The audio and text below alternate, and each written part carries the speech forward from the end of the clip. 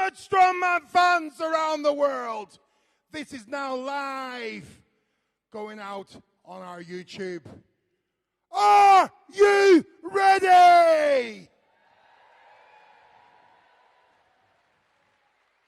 Let's introduce our competitors.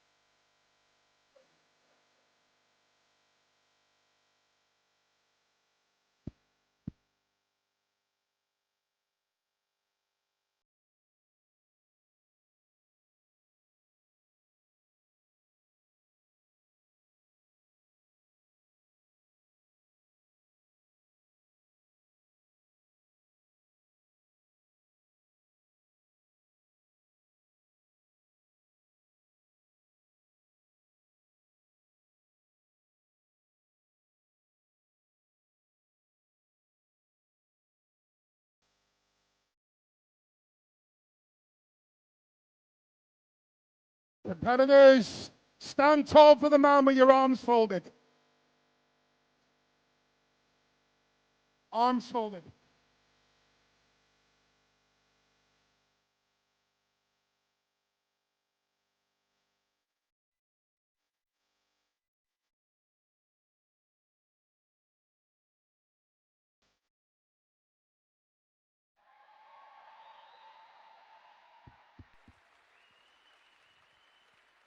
Ladies and gentlemen, let's introduce our competitors. First of all, Douglas Black.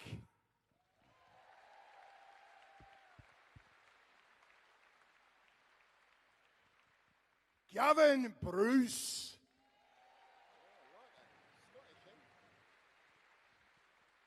Scott Fraser.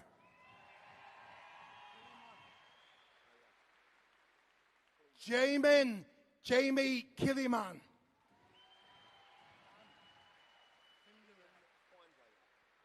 Kin Feinlader.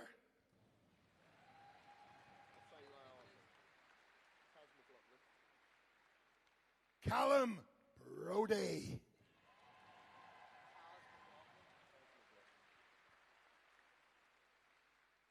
Taz McLaughlin.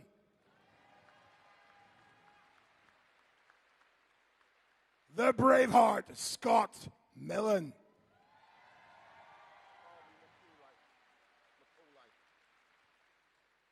Harvey McCauley.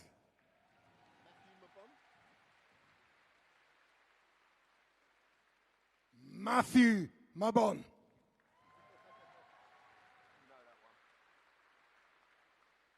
Kevin McGregor.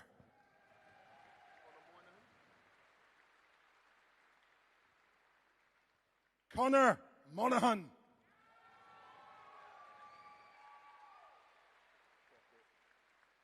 Robert Crockett.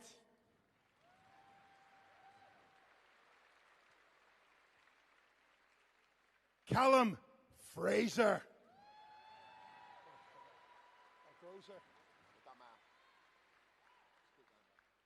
Liam Goldie.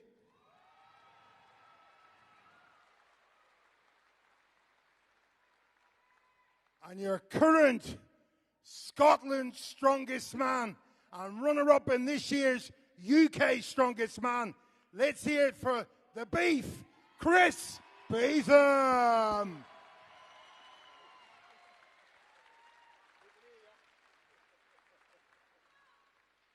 Ladies and gentlemen, could you all be upstanding, please?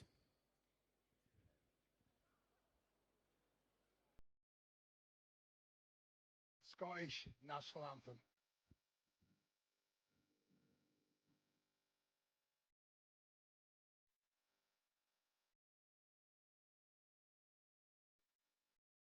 Come on, everybody, join in.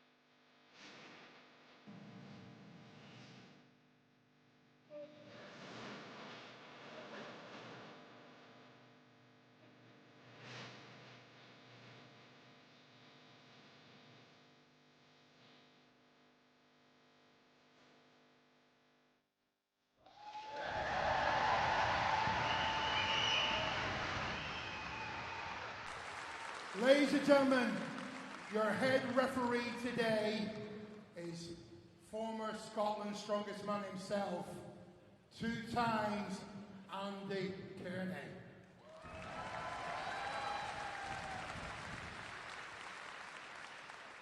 The Vice Chairman of the Irish Strength Association, Aidan Kennedy, is the assistant referee.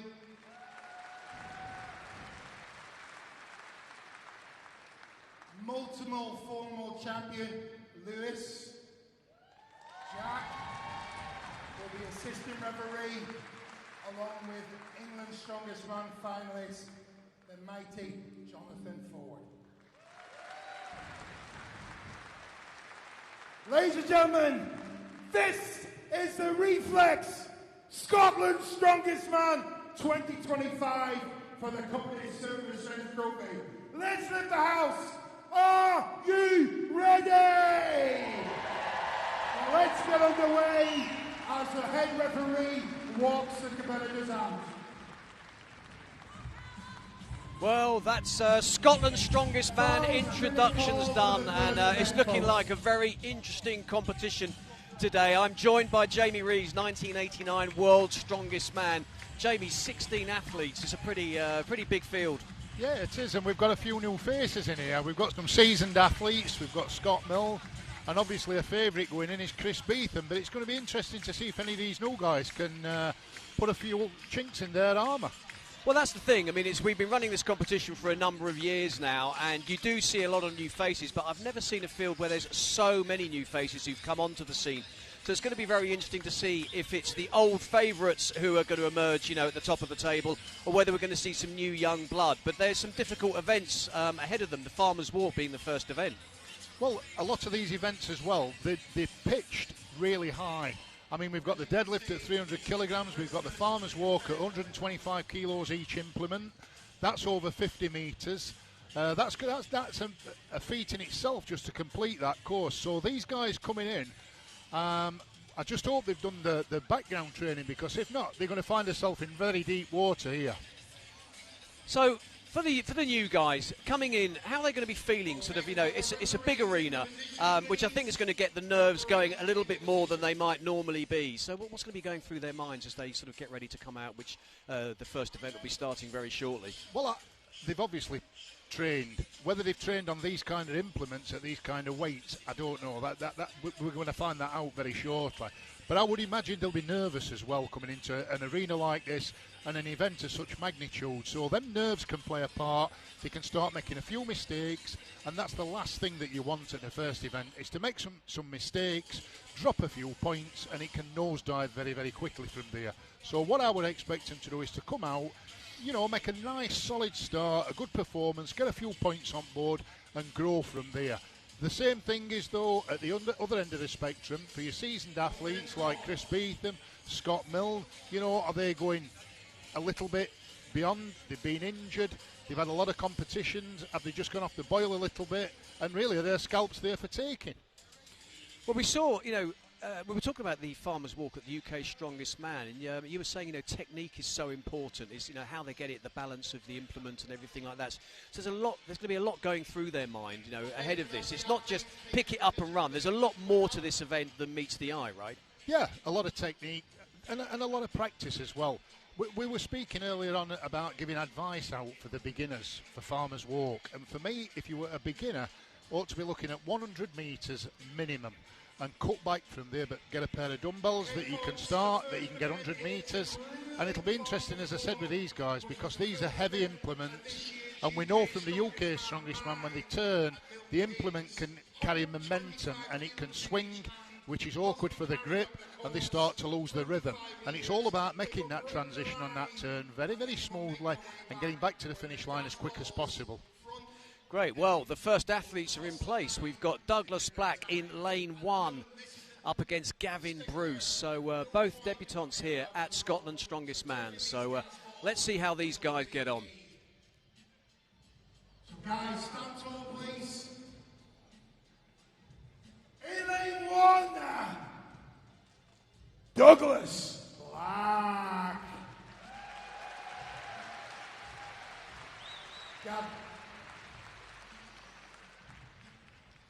Grade 2, Gavin Bruce.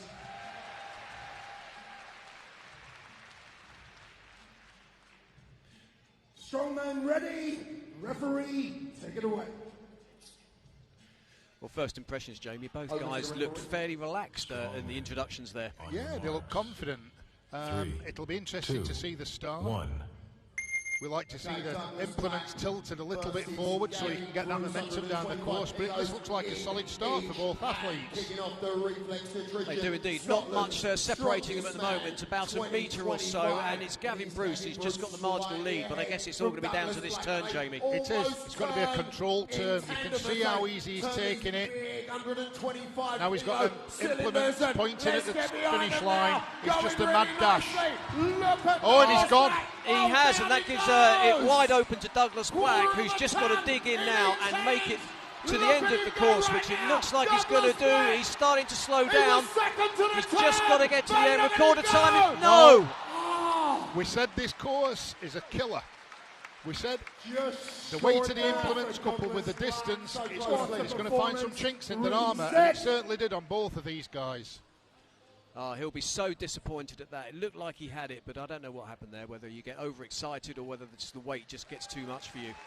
I think sometimes you can underestimate this event, because when you start to fatigue, and it's in them latter stages, but what will happen now, some of the guys will have seen that now, and they'll start to feel nervous, because I'm sure these guys, as we said at the start, they were confident, they thought they could finish it, and they haven't. So that could send a few shockwaves down the rest of the field. Exactly.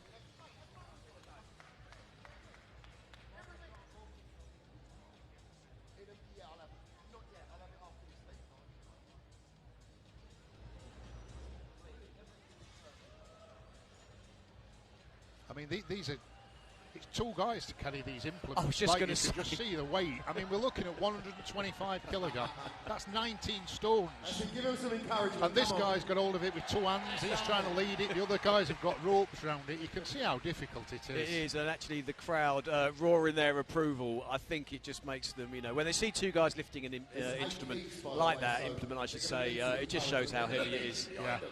I'm not sure they're going to be smiling after that. It definitely hits home when you see two guys carrying it, and then the athletes come out and they actually run in with it. It's nice being in a big indoor arena, Jamie. In previous years, this has been held at Grangemouth Stadium in Falkirk, which actually has been fantastic. It's been sold out every time it's been there. But now they've moved to Braehead Arena, which looks tailor-made for Strongman. It looks perfect. The crowd are very, very close, which is good for the athletes because they're getting urged on. They've got some family in the audience as well, and they don't want to let themselves down, or the family and friends who are watching them, so they really want to give a good performance.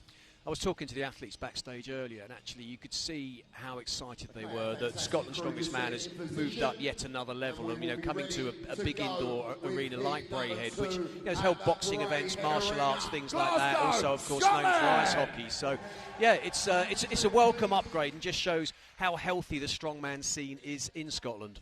Well, it shows it shows the depth of quality as well, because these implements, some of these weights are actually pitched at what they were lifting in the UKs. They're very, very awkward, heavy implements, and they're really going to test the athletes. So, it has stepped up in quality, but now it's the turn of the athletes to step up as well. Well, this is going to be an interesting heat, because we've got two guys from the UK Strongest Man finals, and of course one of them being Chris Beetham, the current Scotland Strongest Man champion. So this is exciting, because Scott Fraser can move. Yeah, they're both mobile athletes, these. I mean, Chris Beetham's got to be really buzzing after UK Strongest Man, where he come from behind and took the runner-up spot, and he just got stronger and stronger. So let's see if that confidence it has rubbed off, and he's just going to dominate here, because he'll not want to come second at the UK Strongest Man and then lose Scotland's Strongest Man. There's a certain amount of pride involved. Exactly right. And Scott Fraser, he's improved me greatly. He only came onto the scene last year, actually, and bagged his place at UK Strongest Man finals. But he's a very, very good up-and-coming prospect. 2. Yeah, he looks quite mobile and built for this. Good start from Chris Beetham. That you can see them cylinders just tilting forward. Yeah, he's going Let's well. see this turn. Nice and controlled. Scott Fraser not far behind him. A good turn. You saw Beetham pause a little bit and just wait for them cylinders to rotate right. He's and turned now on the dashing. afterburners. Yeah, this Look is at good. him go. This is what we expected from Chris Beetham. Oh. And he finishes. That's exactly what he wanted for this first event. A good solid start and put the pressure on the other guys. Scott Fraser also completing the course, so that'll put those two at the top. 16 athletes, of course. We've seen 4. There's still 12 to go, so a lot can change. But I think that's going to take some beating from Chris Beetham. Yeah, very, very good performance. And as we said, it was solid. He took his time on the turn, but that's where your experience comes in, things like that. We saw so many athletes at the UKs make a mistake on that turn.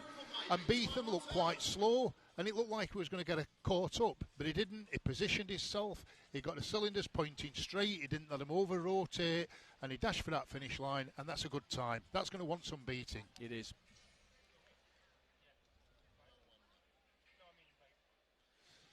Not so much work for the helpers either. They've both got back to the finish lines.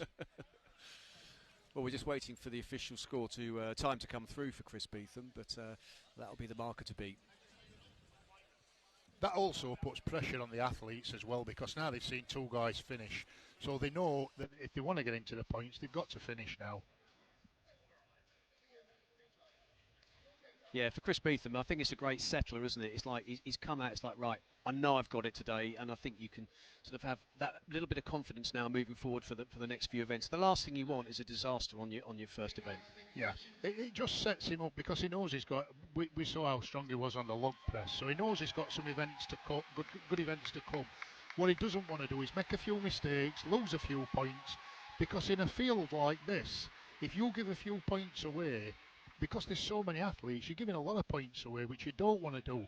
It's just about, solid performances, finishing in the top 3, top 5, and when you've got an opportunity, good events, to really go for the win and building them points up. Exactly. Jamie Kleiman.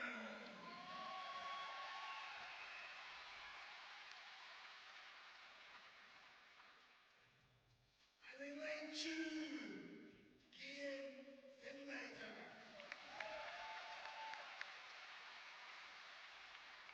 Strongman ready. So Chris Beetham's time, incidentally, was sub 30 seconds, 29.83 seconds. Yeah, Strongman. that's pretty good. On your marks. Let's just 3, see how this pickup 2, is. 1. Yeah, both nice clean pickups. Kleiman just starting to edge in front fairly comfortably now. So if we're going to look for anybody who's going to challenge Chris Beetham, they've got to turn in at least 15. Yep. This is just a little bit slower, but can he hang on? He's going well. Oh, he's going very accelerating well as well. Oh, He's a little stumble here, but he's made it. Oh my word, 29.01. If that is the official score, that beats Chris Beetham. If I'm being perfectly honest, I didn't think he was the right kind of build to put a time like that together. But it just showed you he was really on the edge, because he was on the verge of tripping over. He was going that fast. But that's a fantastic time. Well, it's interesting that it was the transition, wasn't it? He was around 16 and a half seconds as he finished the transition going into the second phase. But he sped up. The acceleration was incredible. Yeah. But you could see he was just on the verge of starting to lose his balance and fall forward. I think that was a real max effort, that. But that's what it needed to beat Chris Beetham's time. Well, that's come out of nowhere. Quite incredible, actually. So he's going to be very pleased. But we said at the start of the show there'd be some guys here who'd surprise us with some performances, and that's one of them. That's what I like about the way these competitions are structured, in that there are, qualifying events, and you do find fresh young talent. Rather than hand-picking, the well-known names, it gives strongmen a chance to sort of shine on a national stage, and, from there they can go on to the international stage. And this is where it all starts. If you do well here, you go through to the UK Strongest Man. If you do well at UK Strongest Man, you stand a chance of moving on to international competition. Yeah, and because a lot of this is live streamed and it's filmed, people who are starting out can see the types of weights, they can see the types of distances, they can see what's winning events, and it sets them a goal when they go back training. They're training with a goal, and they know if they can do this, they're basically up at sort of national level. It just sets a target for them to aim at. It's terrific. Well, you can see there, only 3 guys so far have completed the course, and it's Kleiman who currently leads ahead of Chris Beetham, and Scott Fraser in 3rd place. But still plenty of strongmen to go, so a lot could change. That's actually quite a distance. He's got nearly 3/4 of a second on Chris Beetham there, which if we convert that back, I think that's about 1.5 meters, metre 0.75. If they were racing together, he'd have been close to 2 metres in front of Chris Beetham there. And from a guy who's doesn't look like he's built for speed. I mean, he's a big unit. Yeah. But it just shows as well, he must have really, really trained that event hard.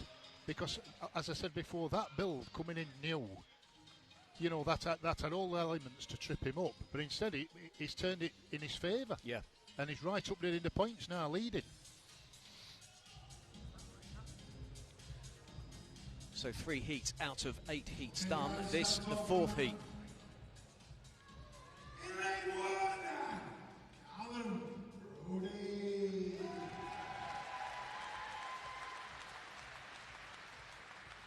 And in lane 2,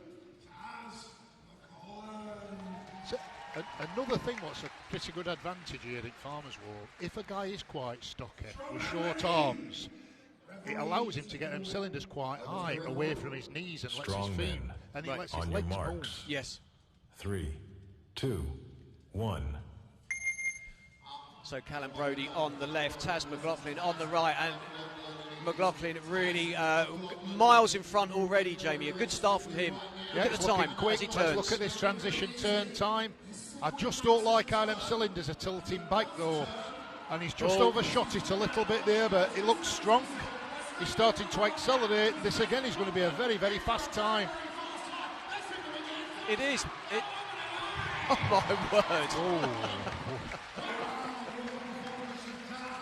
Well, the official time didn't stop there, so we'll have to wait for the referee's confirmation, but that looked comfortably under 30 seconds. I mean, that halfway turn was around 13 seconds. They were flying there. 27.63 his time. That's a fantastic time. This is turning into an interesting competition because there's surprises being thrown at us left, right and centre. We're only 4 heats in. There is, and what we thought, we're going to be a cert for Chris Beetham, slowly he's starting to slip down the field now. So these athletes, fair play to them. They've watched what's happening and they've come out and they're really taking it to these seasoned guys like Chris. Well, as you said, it's when there's a 16-man field, the point spread. If you have a bad event and finish 12th and end up with 4 points or whatever it is, it can really, really drop you down the table very, very quickly. You've got to be consistent and you've got to be up there. Exactly. I mean, if you look at a top 5 finish in every event, you're going to have a good tally of points at the end of it. And if you can. So really you can't afford a bad event, and I think anybody that does have a bad event in this lineup or this field with it being 12, they're going to find it very, very hard to come back. Yeah.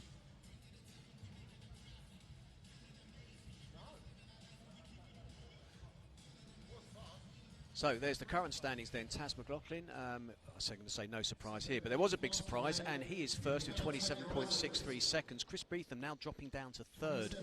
So we thought it was a good time and it was going to be hard to beat, but Jamie Kleiman and Taz McLaughlin say otherwise. Yeah, fair play.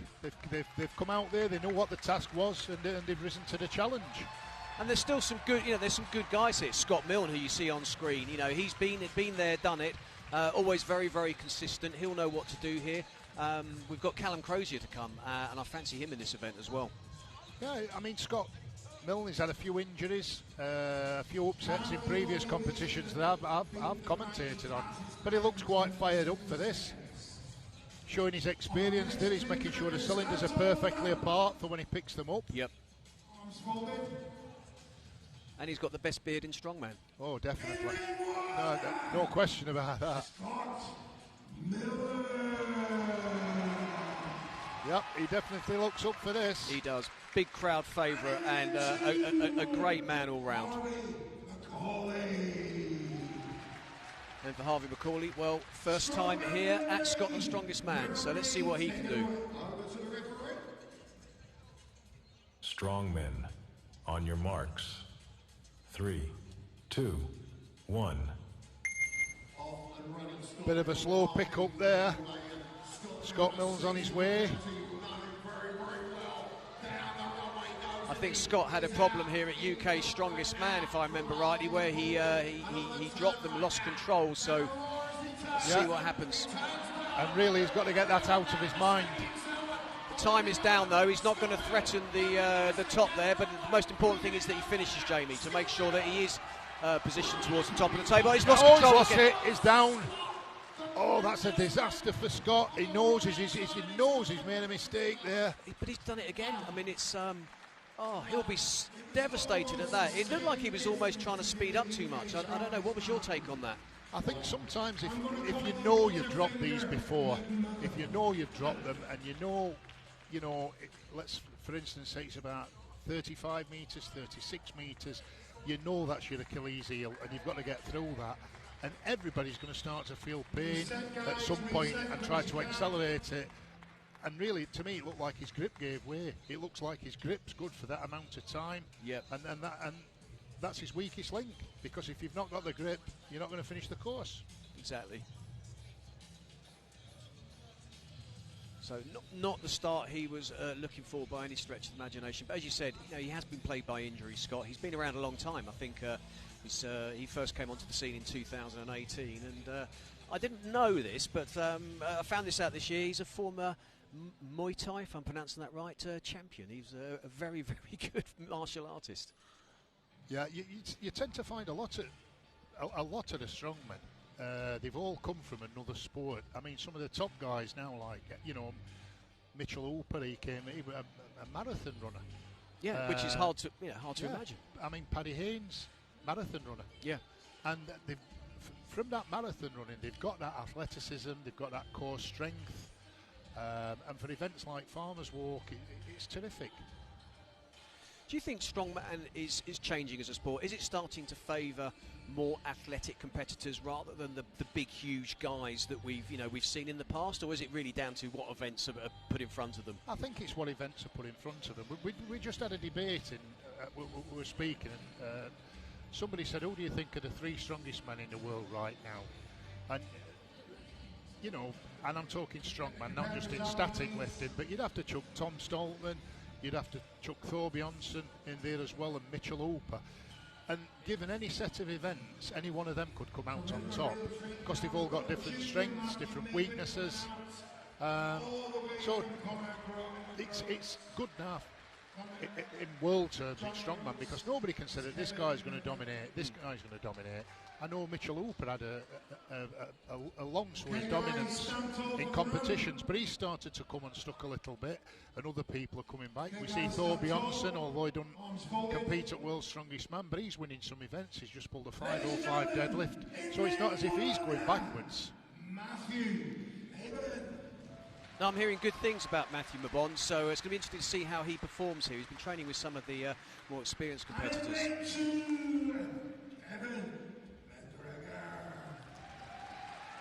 Again, another 2 competitors we've not seen performing here before. No, and 6'4", 134 Strongman. kilos, big On guy. your marks. 3, 2, 1. Away we go. Matthew Mabon, Kevin McGregor, down the river we go. So not much separating them at the moment. No, that's a McGregor pretty just good start. starting to slightly edge in front, but as we said, we know it's all about the turn. Yeah, it's not going to be as fast as the others. We're looking at about a 14-second turn. It's whether he can turn on the afterburners, Jamie, and start making up on that deficit. So he's not going to challenge top place. He doesn't look in any distress at the moment. No. I'm expecting him to finish this. He's got it in sight. Oh, just short. I think that was just short of the finish line. I'm not sure. They're down as well. I think it crossed. I think the Did he top. get it to Yeah, cross? the front had only the front had to break the line. Right. So I think he's done it. So He what was that around? He looked quite comfortable there on them last 10 metres. Yeah, he did. Well, that's going to secure him decent points. 31.44 seconds for McGregor. Yeah, that's a good start. as we've said before, some of these new guys coming in, this is quite a big stage, and they're not letting themselves down here. They're doing quite well. They are. It's a pleasant surprise, because you don't want to see guys coming in here and getting stage fright. But so far, the majority of them have really stepped up to the plate. But that's one thing that you don't want to see. You don't want to see that big divide in strongman. You want to see everybody kind of at the same level, battling it out, and just proving that they belong in this sort of company. But we were talking about, Chris Beetham. He's not top. He's currently third.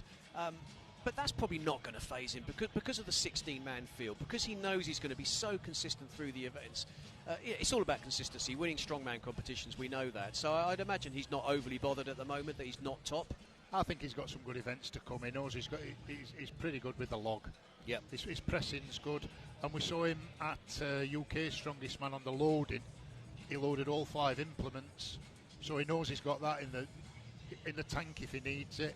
So maybe just a good solid start, get coasted, and now build up momentum as he goes on. But he's going to get good points from this, there's no doubt about it. So Matthew Mabon then was just short, Jamie, 43 metres, just over. Like I say, some guys were saying he's been very good in the lead up to this, especially in the log press. So maybe log press is his event, but let's see. Yeah, but as we've said, we've got all different kinds of shapes and sizes here, and some people are not going to be very mobile, some people are going to be very statically strong, and we've got deadlift and log, which are 2 static events, upper body, lower body and legs. So I expect them points to be thrown around a little bit and leaderboard to change, especially on every event. Yep. So the penultimate heat then of the farmer's walk. Ladies and gentlemen, inland water. I think one thing we don't speak about is how essential a good grip is in strongman. That you've got to train your grip, whether it's arm over arm, whether it's farmer's walk. A lot of guys train in straps, and me personally, I don't think they put enough emphasis on training the grip. And as we can see, it's essential for farmer's walk. On your marks. Which is a staple strongman event. Yeah. 1. And you're only as strong as your weakest link. And if you've got a weak grip, this is not going to be a good event for you. That's a good start. That's a very, very fast start from Conor Monaghan. My word. Look at that. He's going to be turning. It's down to the turn. Oh, he's dropping seconds. Very slow turn. Yeah. That could cost him that. Crockett drops. But now Monaghan's speeding up. Oh, no. He's losing it. Oh, is he going to make it? It's a fight to the line now, and he's going to make it. It looked like it had got away from him. And despite all that, a very respectable time. Just under 34 seconds. I mean, he took that turn very, very... It was a deliberate turn, what he did, and then just as he thought he was going to go, you can see he's shaking his hands now. But fair play, he held on for them last 10 metres there.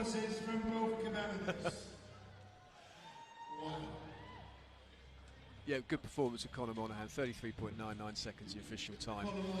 They're all shaking their hands, Jamie. What's going on with the hands? It must be very painful. Is there injuries happening? Well, the handles aren't knurled. They're smooth handles, so you've really, really got to squeeze. And you can't use tacky, you've just got to use choke. And anybody that's got a strong grip, they'll be confident in making this. They could maybe walk the course so that the grip would hold for maybe a minute. So obviously when they're sprinting through and they're going in sub 30 seconds, they've just got to hold it for 30 seconds. But I would imagine that in a gym, if you pick these implements up, if you were training, you just pick them up and not move and just try and hold them for a minute. That'd be good training. But sometimes, you see that there's blood on their hands. Calluses are getting ripped off, I guess. Yeah, well, contrary to belief, everybody thinks if you've got calluses on your hands and they're big and strong, but they tear off. Your hands, really, if you're going to compete in strongman, they need to be nice and soft. You don't want your hands tearing.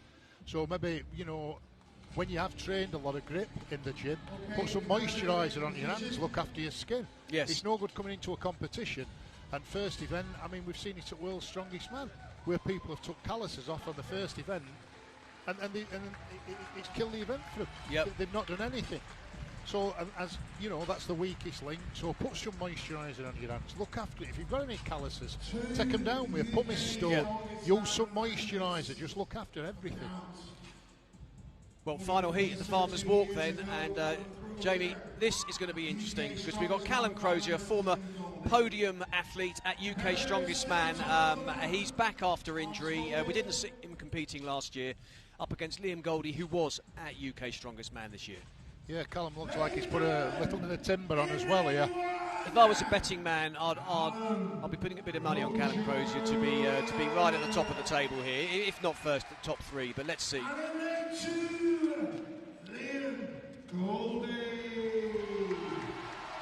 Well, as we said, Liam's been used to this stage before. He competed at the UK Strongest Man, so there should be no nerves. Yep.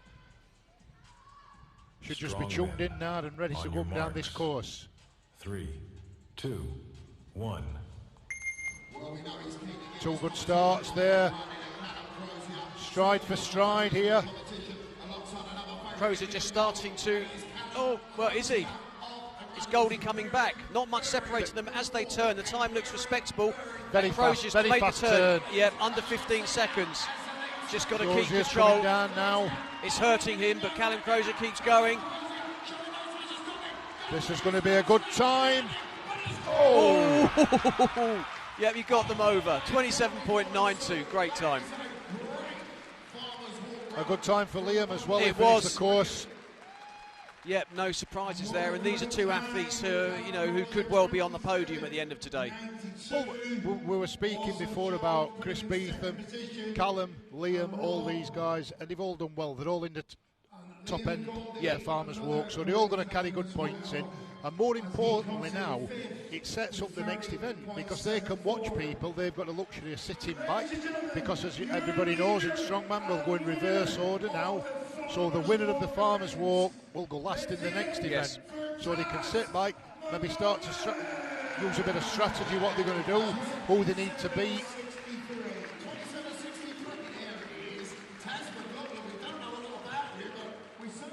A lot on the first event. That was pretty amazing. Is that your specialist event, or is there more to come? Nah, that's me done. Farmers, moving events is my go-to. Statics a bit, but aye, happy with that. Beat Beefy, beat Cal, that's me, retired. So what is your aim in this competition? Is it to win it? No, top 10 will be good for me, top 10, I'll take that. You seem to go through the gears. Is it something you practice regular? Aye, once, twice a week with Farmers, and also moving events, twice a week, so all good.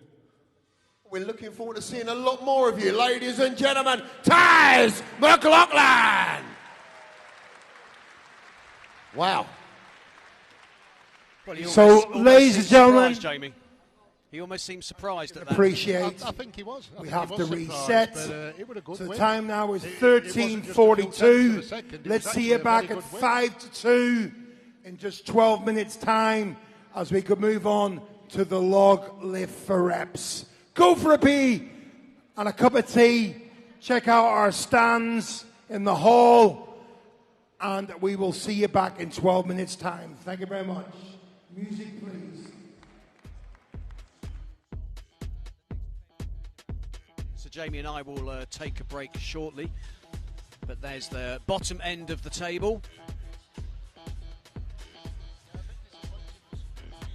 Yeah, a bit disappointing for Scott Milne there, I think. I think he'll be disappointed in that. Yeah, he would be. Probably the only surprise. But the favourite's still very much up there. Look, Callum Crozier, straight into second place. So I think he's looking very, very good today. And I think he could give Chris Beetham a run for his money.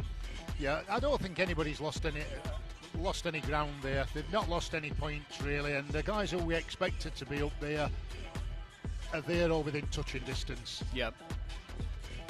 So for first place, it will be 16 points, second 15, and so on. That's how scoring works in Strongman. So 16 points for Taz McLaughlin. That's a good start. That's probably 16 points you didn't think you were going to get. Exactly. And there you have it. That's how it goes. 16, 15, 14. Chris Beetham in fourth place, but still very much in contention. So join us in around 10, 11 minutes for the next event.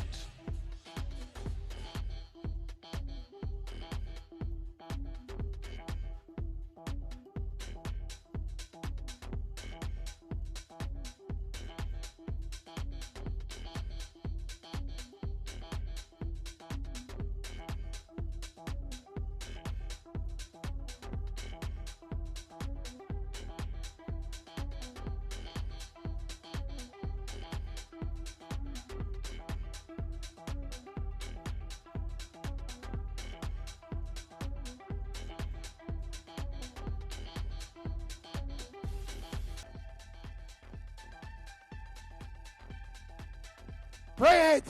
Ultimate Strongman fans around the world. The world is watching. Are you ready?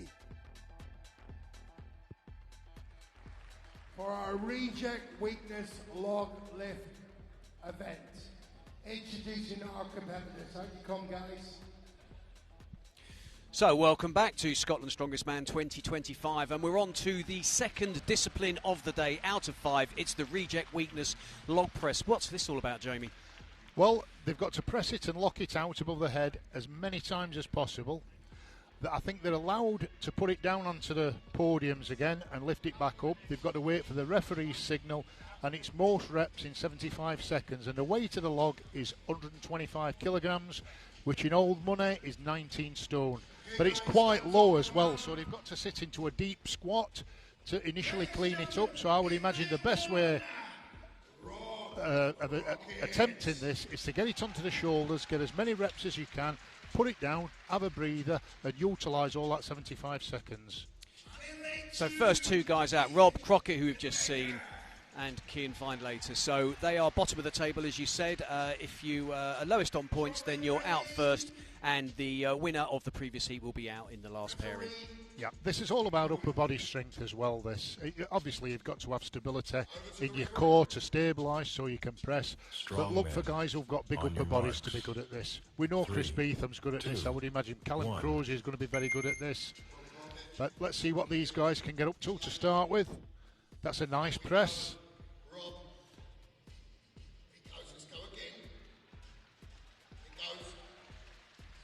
Interesting that he's just dropping it back onto the podium again and then taking it up, but he's a relatively short guy. If you were a tall guy, you wouldn't want to be doing that because it does take it out of you, curling it up onto your shoulders. Well, at the moment, I don't know if it looks like there's a scoring issue with Rob Crockett, but he's got nothing registered on the board yet. Cian Findlater on 4 repetitions now for Findlater. He probably knows it might be a bit too heavy for him. He's short. Is that a disadvantage here? No, that's an advantage, getting it off the podium. Right. So instead of just sitting it back onto his shoulders and pressing it again, he's choosing to have a little rest and then curl it up and squat it again.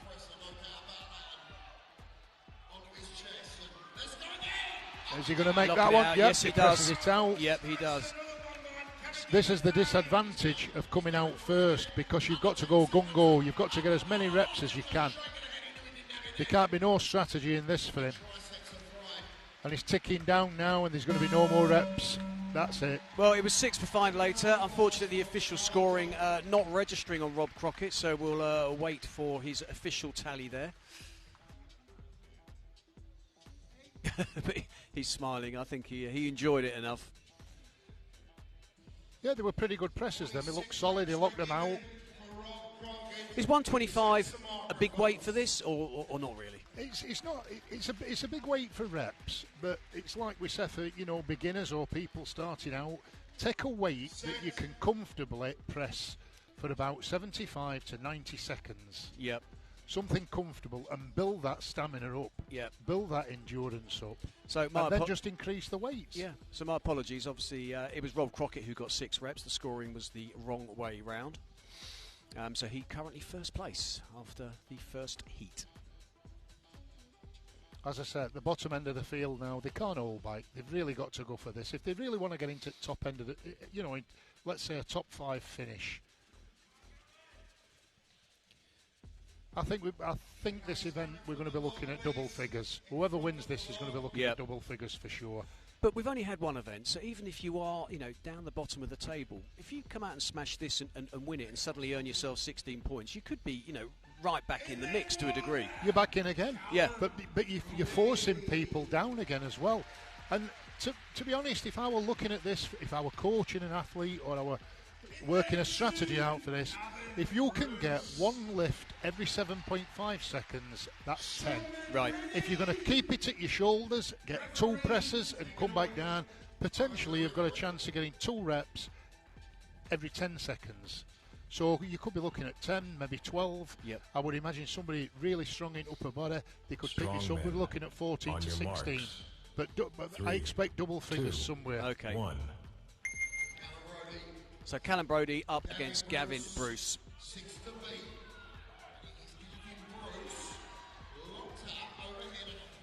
So Bruce gets first blood with 1 repetition. Callum Brodie wasn't given it and loses control. Oh dear. He's got to put that back up himself as well. So now he's got to come back round, or is he going to leave it? He's got time to pick that up, put it back on and go again. It looks like he's not going to, whereas Gavin Bruce has notched up his second and... Oh, no, didn't lock it. As we said before, it's not some of the press that's causing a problem, it's the clean.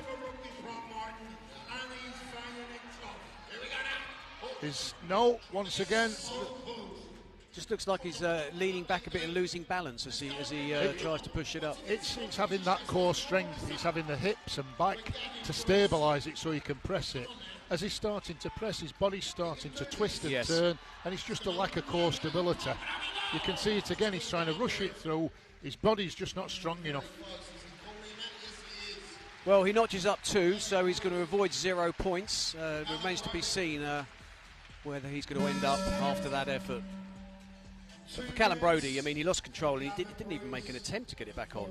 No, I think he struggled on that, and that first rep, and you could see you were never stable to start with, and when it hit the floor, it wouldn't have been a big thing to pick it back up, clean it and put it back on pedestal and start again, get a couple of reps. But a bit disappointing there. I think he lost a bit of fight there somewhere.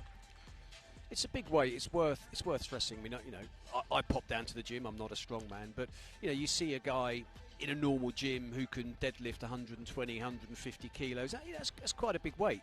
But it's 125 kilograms they're trying to press above their head. It's not insignificant by any stretch of the imagination. No. Maybe in strongman terms, it's not the heaviest you could do. Of course, we've seen huge logs lifted, but it's still a big weight. Oh yeah, definitely. I mean, not everybody's got access to a log as well in a gym. Yeah. But a good similar exercise to this is dumbbells. If you can hold dumbbells and you can hammer curl them up and then press them, it's very, very similar to this event. Dumbbell training for log lifting were a real big part of my training. But a barbell press is very different, I guess, just from hand positions alone. Yeah, and it's a lot closer into your body. Yeah. It's not as awkward. So your core stability, even though it's necessary, it's in a different sort of line as it goes up. So with dumbbells, obviously, when being independent on each arm, you get more stability from training with the dumbbells. So third heat, Harvey McCauley up against Matthew Mabon. See, these logs aren't narrow as well, they're quite wide logs. Right. So they do want a good roll up the chest. Strongman. And when they're pressing on your chest at the top, obviously, it's taking your breath away. Yes. 1. He's having trouble with the clean already. Yep. No, I don't think he got that. No, he didn't look stable enough. No. And he didn't get a referee signal. Gets that. That's better. Oh, no. And he's keeping it at the shoulder. He is, yep. Two. That second. Wow. This is a bit better. Maybe one more and then a rest. Yep. Back down. No, he's going to try and go again. Word. I mentioned earlier there was talk amongst strongmen about how good a presser this guy is. So it's going to be interesting to see if he's got 30-odd seconds left, whether he can squeeze out another 2 or 3, Jamie. Yeah, as we've said before in this log press and these kind of events, utilise that 75 seconds to your advantage. If you get 2 sets of 5, that's 10 reps. That's better than 1 all-out set of 8, because you've got 2 more reps on board. Here he goes again. You see, he's got. Has he got stability? No. Yes. But you see, he got another rep there from having that rest. He got another rep. But boy, was that a fight! So that puts him level with Rob Crockett. Rob Crockett on 6 reps. That's the marker at the moment. But that 1 rep, fighting that 1 rep. When we're talking about a field of this calibre and our points can be spread, that 1 rep there, they find margins. That might lift him up a couple of places. Yes. It could be priceless. Absolutely right. You just got to squeeze out everything you can. But you see now we're looking at 6 reps. So would somebody come out now, same technique, keep it at his shoulders, do a set of 3. Yep. Then in another set of 3, then take a break and get a 1. All of a sudden he's got 7. Yeah. He's at top at leaderboard. For me, this is where a lot of strongmen don't think through the event. They're strong enough to do it, but they don't actually think how to squeeze the best performance out of themselves. They kind of go out, they lose control a little bit, nerves, they take over, they get psyched up, and they don't stick to a strategy. And once they don't stick to that, they come unstuck. That's when mistakes happen, and worst of all, that's when you can get injured. And someone like Paul Smith is a classic example of someone who really researches each event and figures out exactly what he's going to do ahead of time. Yeah, he did, but we saw Paul Smith come undone on the log lift at the UK Strongest Man. Yes. He came out, he went all 1 set with a set, I think it was 7, and if he'd have just got 1 more rep, if he'd have got 8, and as I said to Paul Smith after, 2 sets of 4, he would have not put that pressure on himself against Andrew Flynn in the deadlift. And that was a turning point to the competition for me, because Andrew Flynn smelt blood on the deadlift. He went, and then you saw Paul, who was struggling on the loading. And for me, Andrew Flynn applied pressure at the perfect moment. Yes. And the rest is history. Yeah. Strongmen, on your marks. 3, 2, 1. So then, 6, the number to beat.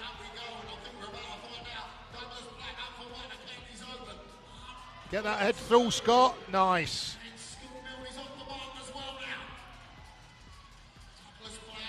It's looking hard for him, though, Jamie. It is. If I was Scott now, I'd put this dad. Maybe is he going to try and squeeze another one? Have a little rest now. Use that 75 seconds. Even 1 more rep. He's positioning it. He's getting it back. Yeah. Well, we know that every rep counts, so come on, Scott, let's see what you can do. Douglas Black at the moment about to make his go as well, and he's up first. Has he got it? Yes, he's got that. Scott struggling a little bit. He is. 15 seconds to go. That's enough for 1 more. That's limit. enough for 1 more rep, guys. Come on. Use those legs now. Oh, You've got no. to use those legs. Nope. I think That's they've both it. run out of time here. 3 for Black, 2 for Milne.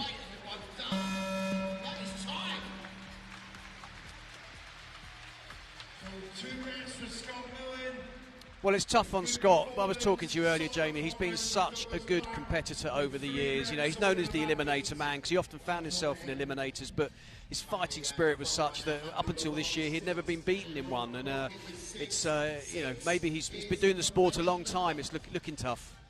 Yeah, we knew we relied on that eliminator because he was so good at it. But as I said, sometimes with strongmen, Father Time catches up on you.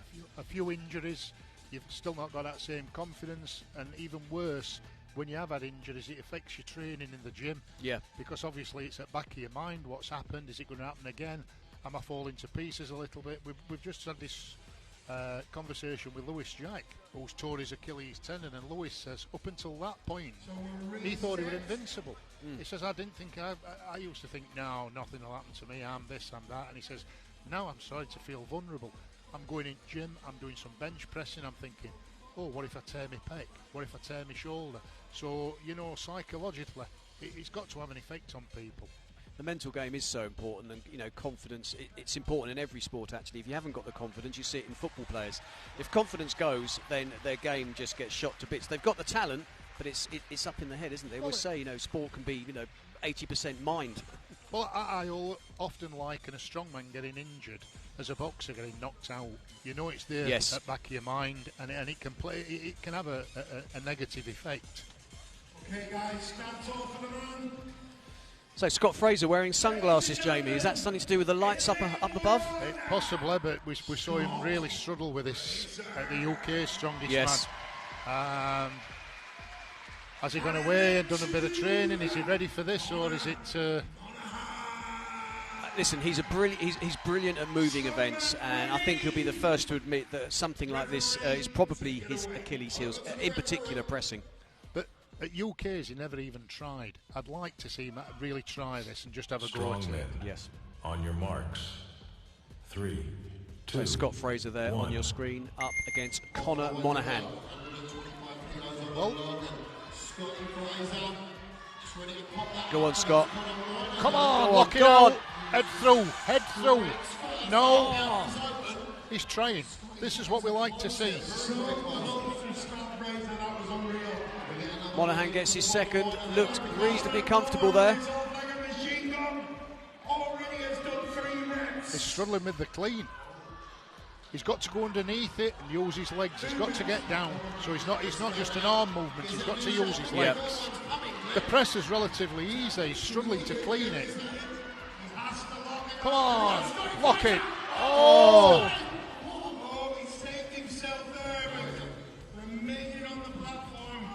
Fair play to Scott here. He's really having a good go at this. He is 25 seconds left, just under.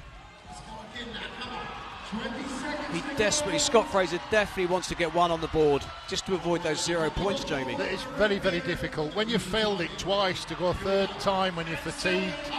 No, it's not as close as the first one. I thought that first one was his best chance. Oh, Monaghan gets Monaghan the 4. gets that one. That was a great effort by Conor Monaghan. But that's what we like to see. We like to see some grit. We like to see some determination and some fight. I think it's for Scott Fraser, with this, being his weakest event. One rep could have made all the difference to him, but now he's got 0 points on the board. Didn't get a single rep. That's going to hurt. It is, but it shows his frame of mind that he's willing to try and Yes. fight. And I think when it comes to his good events like loading and mobility, he's really going to have to be top 3 now. Yep. In them events to scrape those points back, because he's going to give a lot of points away here.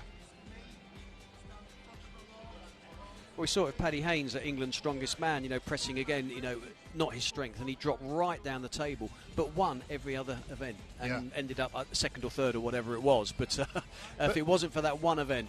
But he did make some statements, Paddy Haynes. He says, I'm not weak in the upper body no more. And you could see that from a couple of years ago. He's really gone away and trained hard. He has. He's done really well this year. And for me, I think if Paddy Haynes had been fit and he had come to the final, we know he hurt his shoulder. I think it could have been a three-way mix between Paul Smith, Andrew Flynn. Yeah, absolutely right. No, it would have been exciting. Not that it wasn't exciting. It's probably the most exciting finish we've seen at UK's Strongest Man. That Beetham versus Flynn last event. Well, it's 6 reps to beat now. They know what they've got to do.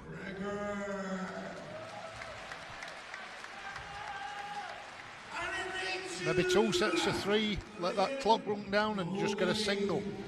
Let's see if anybody takes your advice there, Jamie.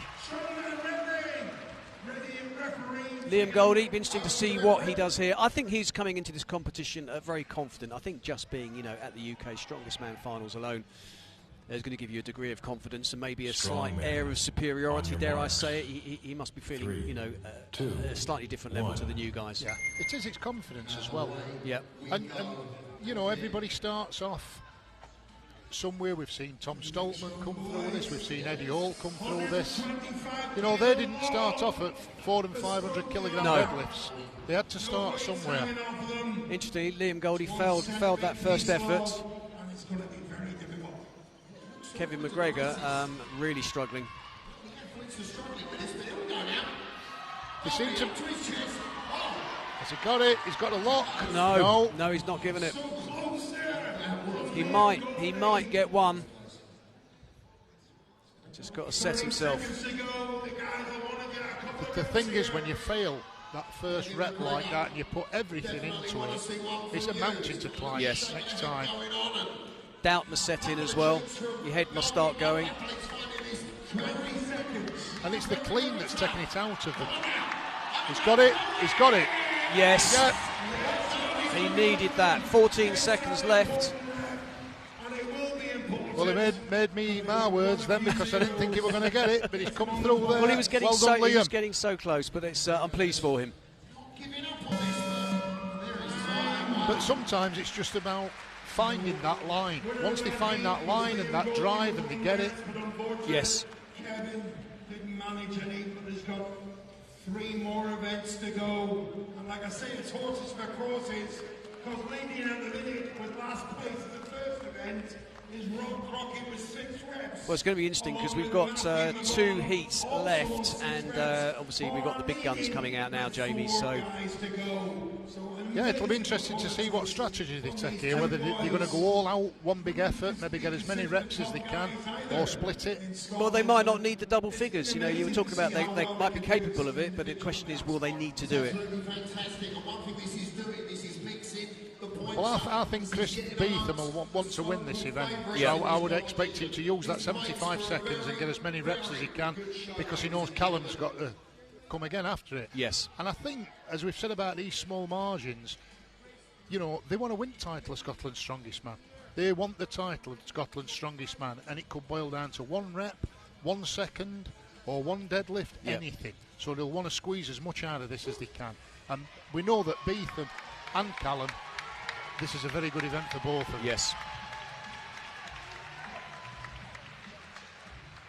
One thing's for sure, Chris Beetham's going to want to make it as difficult as possible for Callum Crozier and Jamie Kleiman, of course, who is also doing very well.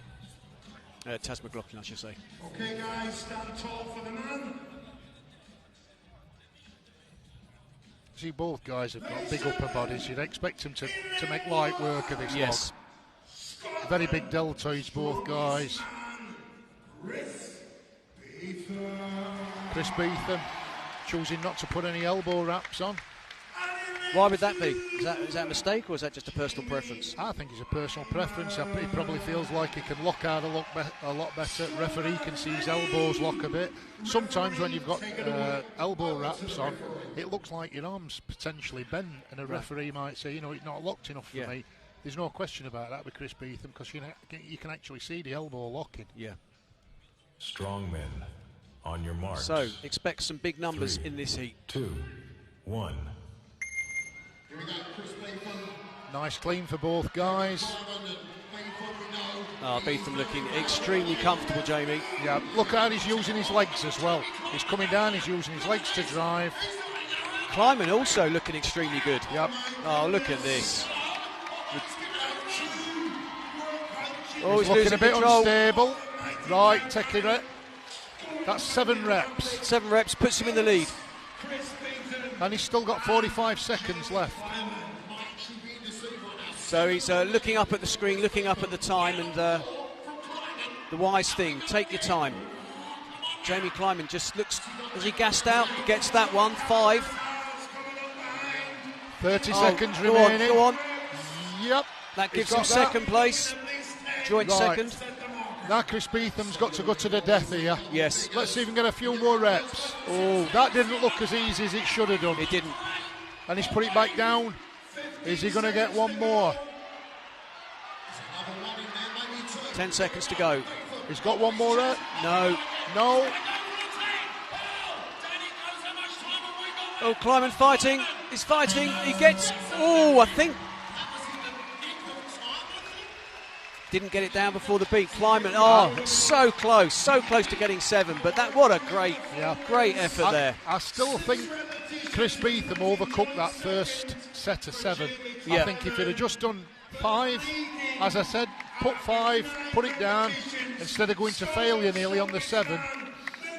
But still, he's up there in the lead. It's up to Callum Crozier now. He knows where he's got to be. Let's see what his strategy is. And it's comfortably in the lead as well. So, yep, it's all over to Callum Crozier.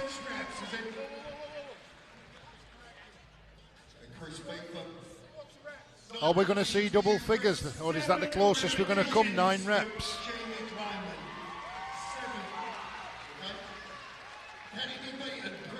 So just being told that Kleiman was given that last rep, so that means it's 7 for him.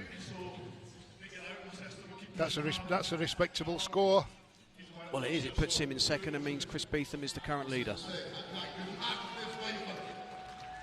Scotland's strongest man, showing why to climb a hold of their Martin. 9 repetitions. So that extra rep for Kleiman just knocks Crockett and Matthew Mabon down. But as we've said before, that's the draw. They were in that position where he could see what they've got to beat, and he knew he'd got to beat 6 reps. If he got 7, it put him into second. Yes.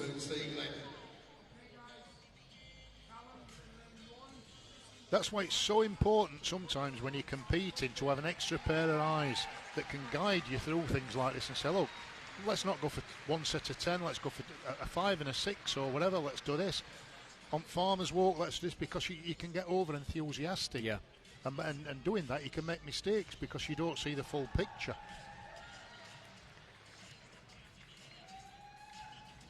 It's Callum Crozier. Looks like he's got big shoulders, Callum. Okay, guys, start off for the man. I noticed he's lifting barefoot as well. Probably that's to bring him as low down as he can so he can assist with the clean. Right. You tend to see a lot of people do that when they're deadlifting. They come out with no shoes on, so it brings them closer to the floor, so they don't have to lift the bar as high. Well, but it's a flashing pan. Taz McLaughlin's first place in Farmer's Walk. What's he got now in his upper body? Well, he was very modest, wasn't he, when he took that win? But let's see, could he be the surprise package? And also, let's see if Callum's going to take it out hard, and if he's going to really go after Chris Beetham's 9. Yeah. 3, 2, 1. So he comes down to our final heat. Oh, struggling a little bit with clean there. Chris Beetham to beat Callum Crozier, knows exactly what he's got to do. Up we go for Taz McLaughlin, who by his own admission. Callum doesn't look very comfortable. He doesn't, and I'm really surprised. Don't look very comfortable. It's the clean that's throwing it. Yeah. They're not bending down into the squat for the clean. They're kind of curling it up. The press is effortless. It is, yeah. He's got to keep it up there as much as he can. Now and again, once again, he's leaving himself some hard work to do. He doesn't look comfy here. He's not going to beat Beetham, but he needs to notch some reps up here just to keep himself right up there with the pack. Yep, but we've seen these 5, 6s and 7s, and if they're not careful, they're going to finish on the bottom end here. Has he got stability? Yes. Yes. It's 3. He needs another rep. He needs another rep here to stay in contention. He'll not want to see Chris Beetham pull away so early in this competition. No.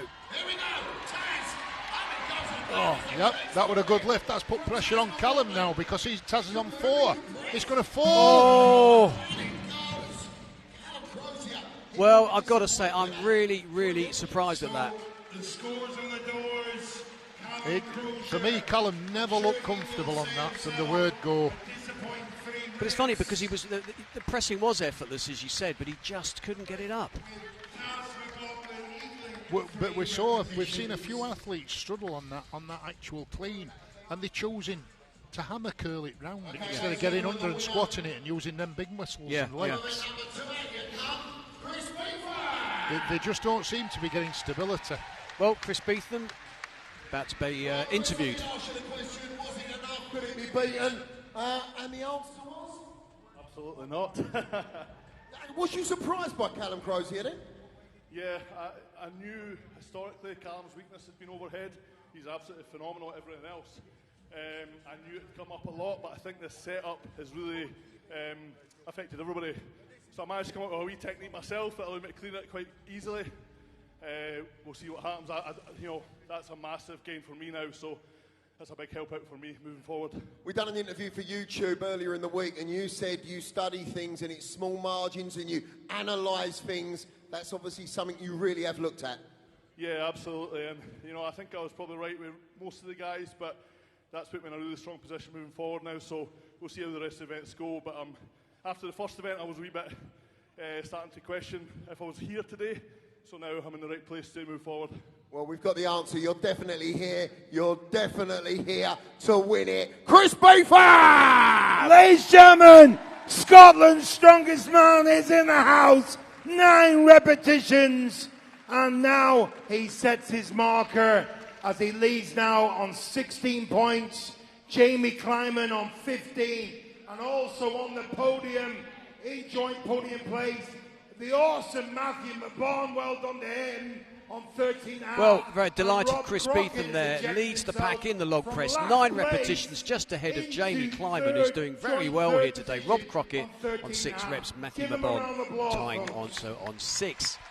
on the So, overall ladies and points. Well, gentlemen, that's as the we lower end of the reset- table for you, and you can see, well, at the bottom there, Scott Fraser, Harvey McCauley, Callum Brodie and Cian Findlater finding proceedings difficult.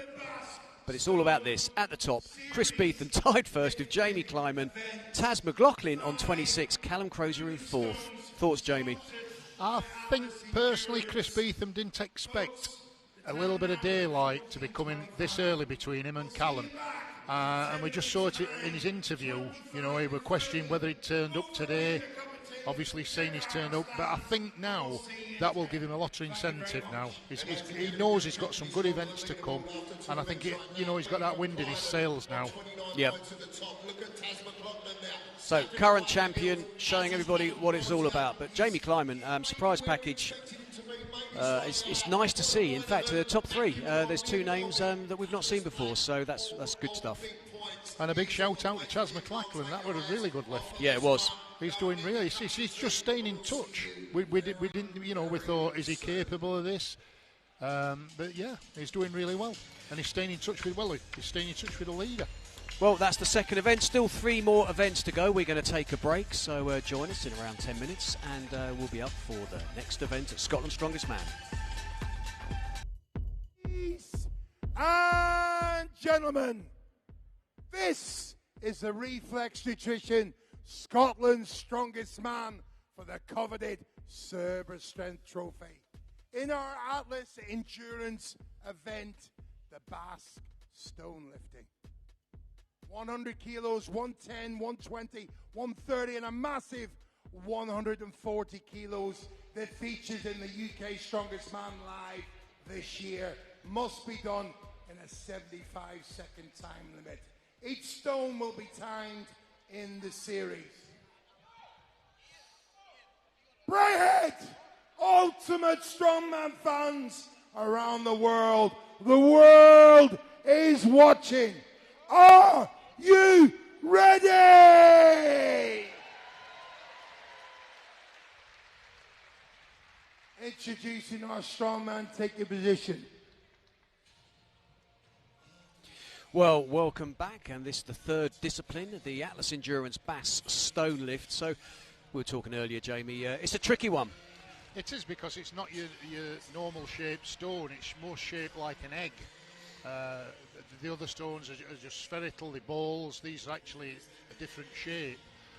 And as we saw at the UK Strongest, Callum a lot in of lane people one. have trouble lifting these. Callum in lane the one. way to lift them, they've got to come off the floor long ways, and then there's got to be a transition once the stone's lapped, so it sits comfortable on the shoulder. Stand if it's tall lifted for the any man. other way, it causes instability on the Ladies shoulder. and gentlemen, and they can't hold it with one hand in because lane they've got to do a one, bicep pose with the other Callum hand to get the signal from the referee. So first pairing up, Cian I'm in Findlater, lane two. Cian Findlater, I should say, up against Cam Callum Brodie. Findlater. And this is a 100 kilogram starting stone, so that's around 16 stone in weight. So that's Strong like men, lifting a take your 16 stone position. guy and putting him on Referee, your take it shoulder, away. letting go Over with to the one arm referee. and just stabilising him on your shoulder. Well, if you've just joined us, it's Chris Beetham, who is currently top of the pack with Jamie Kleiman, both on 29 points apiece, and Taz McLaughlin in third place, Callum Crozier in fourth on 25 points. They'll be up later. The interesting Strongmen. things about these On your stones marks. is I don't think many Three, strongmen will have this 2, kind of shaped 1. stone at the training facility. Which or makes at it the all the gym. more difficult. Exactly, because they've never lifted anything like this before. See what I mean? It just doesn't look stable on the shoulder. He's got to let Yep. go.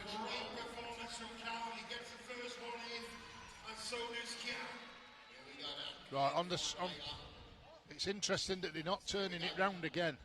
He's turning it mid-air on his Yes. shoulder there. But he nonetheless, gets it. the lift. Yep, 110 done.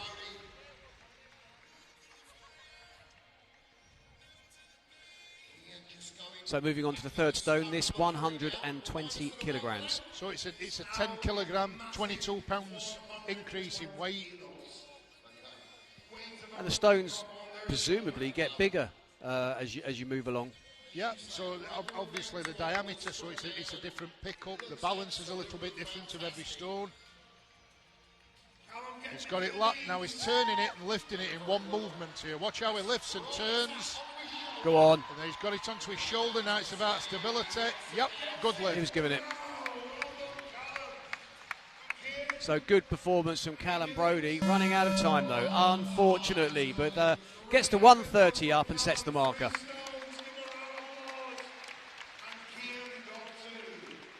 Cian Fine later managed the first two, the 100 and the 110 kilograms. So up to now, the 130 and 140 haven't been lifted, but good performance, nice and solid. You said that you thought a lot of the athletes might struggle with this today. Is that because just they can't train it? Yeah, because I don't think they've seen the implement before. Yeah. I think the closest way of getting an implement this shape and kind of weight and size is a sandbag. Getting a sandbag, filling it up, lifting it onto your shoulder and then taking it in one movement and trying to turn it. As I say, I think you've got to lap the stone, turn it a little bit for that transition phase onto your shoulder so it's stable. But they're slippy as well, and the other thing is, as we've said, there's no tacky allowed because you're going to contaminate the stone for the next athlete. Yeah. So they're only allowed to use chalk.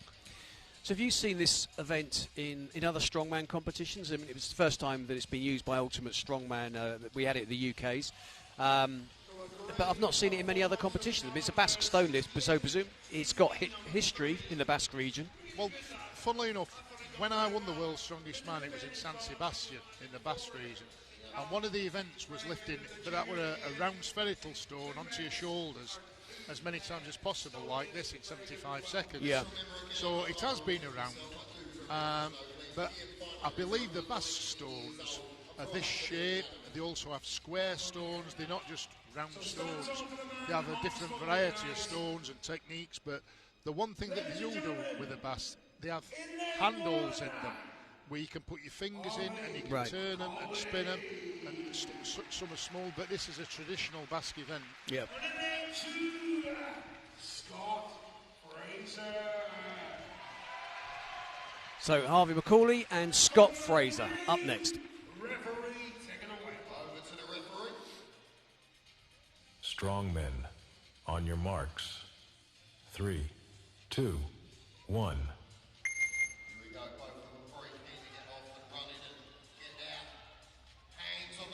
So Scott Fraser will be keen to do something here after the previous sort of bomb out on the log press. Yeah, he needs a good performance here to get back in the points. That's a nice lift on the 110. Yes, yeah, he's got that one. Looked well under control, McCauley there. Yeah, and he's fast as well. I think he's a lot faster to the 120 stone than some of the other guys. Yep, he gets that. And Scott Fraser not looking quite as fluid as Harvey McCauley is.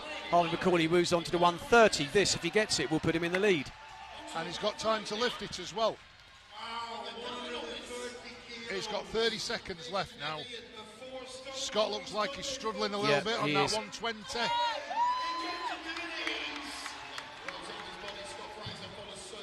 Has he got it? Yes, he's got it. So Scott now has a chance. There's 15 seconds left, sorry. So Scott Fraser, could he move in front of McCauley here? Although it looks so difficult for him, I'm not so sure. Harvey McCauley now looking to roll it up.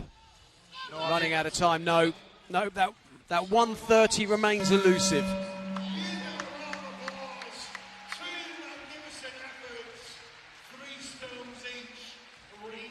Scott Fraser looks like he's either in pain or he's gassed out. Yeah, he looks like he's panting there. Just waiting on the times, Martin.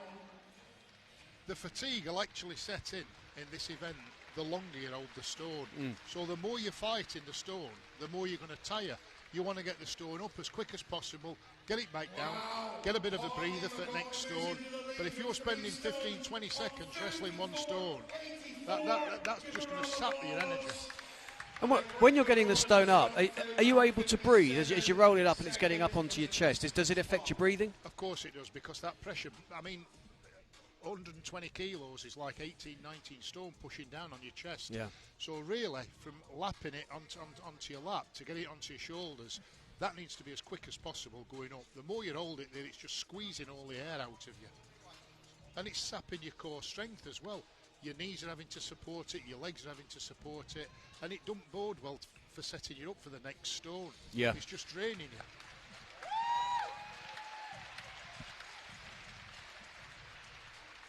Interesting take on where he's wearing his belt here. Why would he be doing that? I think he'll be doing it so he can try and Get the stone onto it.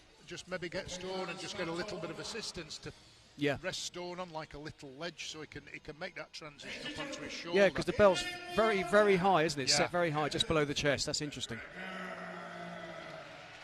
So, Kevin McGregor we're talking about with the high belt.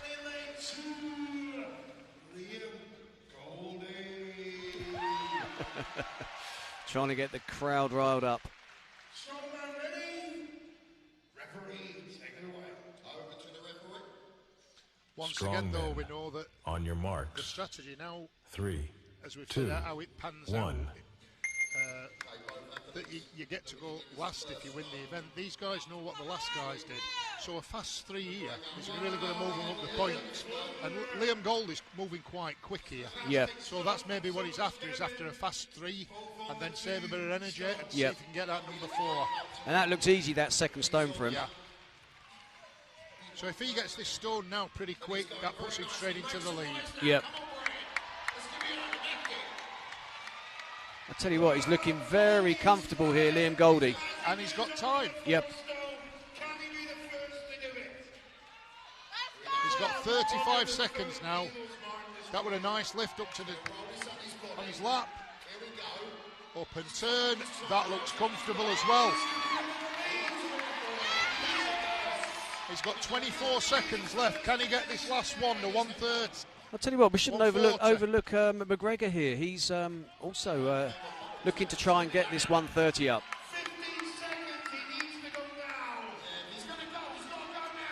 15 seconds and he's going for it. No. I think they're both going to run out of time here. It's 4 seconds. Not going to happen. Oh, he needed another 5 or 6 seconds. You know what though, David? He got it up. It's possible.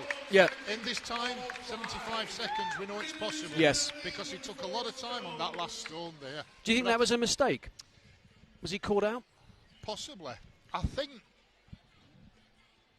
maybe he just thought 3 stones as fast as he can, give himself a chance at the 4th. I think the 4th one moved easy and then he fancies his chances on the 5th. But he'd run out of time. Yeah. I think if he did that again, I would put my house on and get that last stone. Yes, yeah, I completely agree.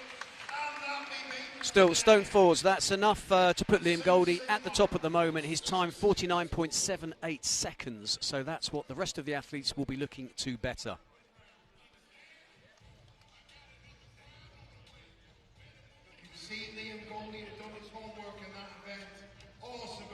The other athletes now that are sat by, who've watched that, know it's capable. Yeah. They're capable of doing it.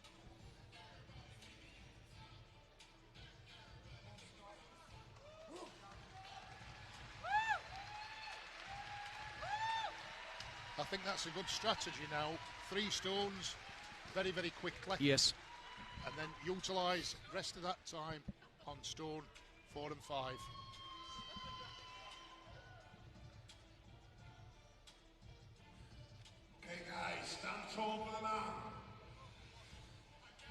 So the next pairing out, Gavin Bruce, currently 11th overall. And alongside him is the Braveheart crowd favourite, Scott Mill.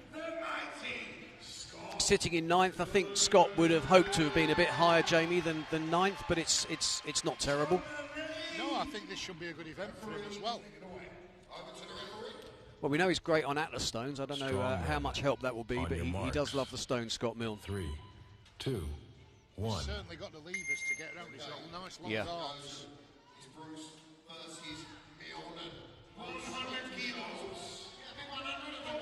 So both athletes successfully moved past the first one. 100 kilograms done, moving on to the 110.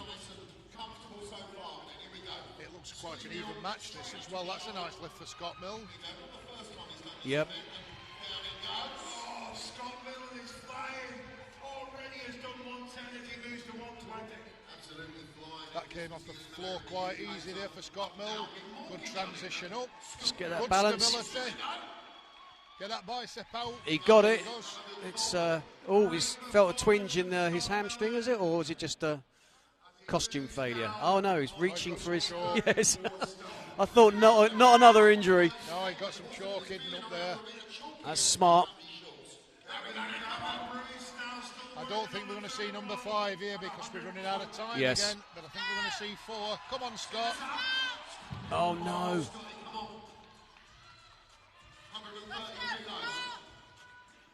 Not going to happen. No, I don't think he was going for his choke then. I think he felt his hamstring a little bit there. So it's 120 kilograms, 3 stones for Scott Milne. Gavin Bruce managing the first 2, 110 being the heaviest there.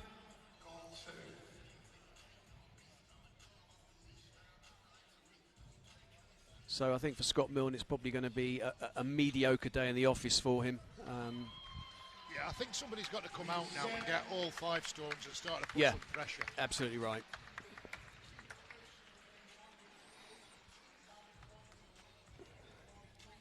And now we've got Callum Crozier coming out, who is really desperate for points. If he wants to keep a hold on Chris Beetham. He's got to make his move now, hasn't he? He's got to stamp down some authority here and maybe put the frighteners up Chris Beetham a bit.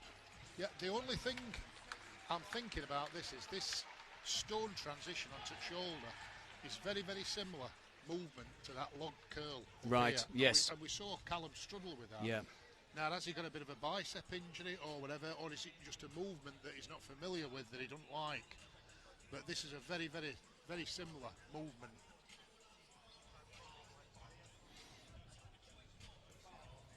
Okay, guys. And sometimes when you've got really muscular arms like that, it can restrict you.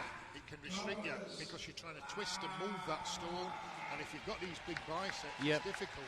Also, look at Callum Crozier's traps. I mean, he's put on so much muscle since maybe a season or 2 ago. Huge. His biceps are huge.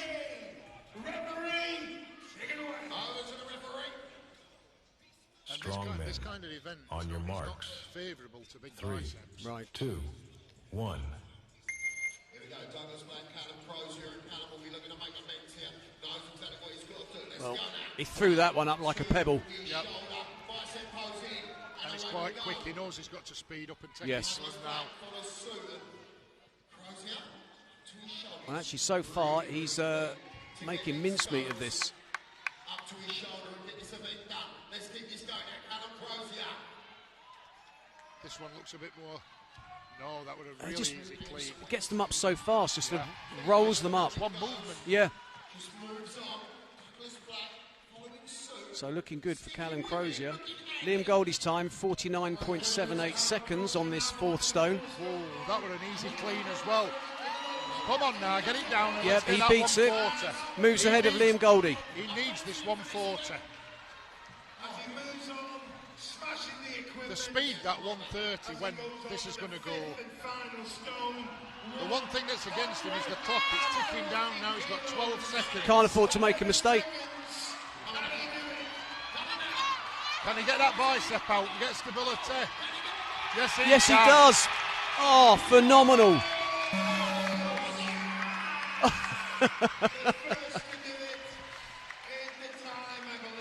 He almost forgot to press the buzzer. Yes. Did he cross the line in time? Oh, they're asking, did he cross the line in time? He was so busy showboating to the crowd. Forgot about the line. It was. It did look easy then. Yeah, it was fractions of a second. The speed in which he took him from the lat to his shoulder. It was really impressive, wasn't it? Yeah. Good upper body strength.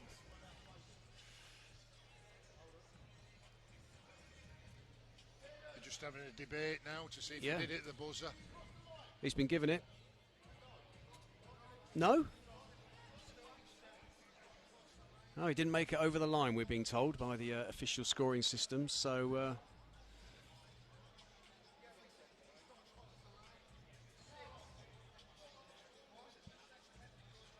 But it did get the signal to lower the stone. Yeah. So he did get 5 stones. Whether he finished the course, yes. So it could be he got 5 stones in 74 seconds, and they lost that second showboating, but he definitely got 5 stones. Oh, crowd don't like that. They don't.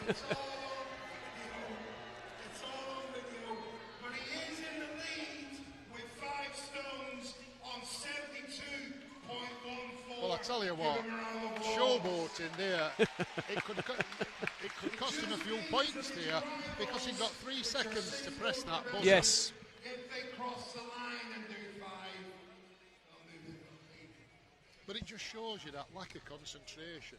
You know, he's got 5 stones, he's in lead, he's flying, and then all of a sudden, a lack of concentration, and he forgets to press that buzzer. And we talk about fine margins winning a competition like this, and especially a prestigious title like Scotland's Strongest Man. Is that going to come back and bite him? Yes. If it does, what a painful experience that's going to be. It's like a pantomime here. The crowd are booing the official referee's decision. But he is in the lead, and really a lot depends on what the rest of the field are going to do, of course. But he did make it look very easy. His technique was incredible. So Callum Crozier, current leader, 72.1, 4 seconds the time, 5 stones lifted.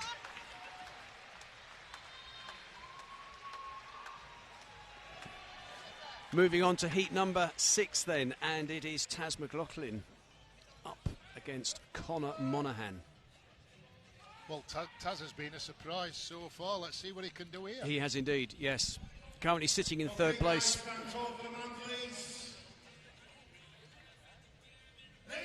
And his confidence has got to be high. Yeah. I bet he didn't expect to be sitting so high up at this time now. And sometimes this is when your best performances come out, because you're confident, you know, you're really soaring, you're up there. Yes. Well, let's see. Let's see if he can continue the success that he's had over the first couple of events. Strongmen, on It'll your be marks. interesting to see his tactics here. 3, 2, 1.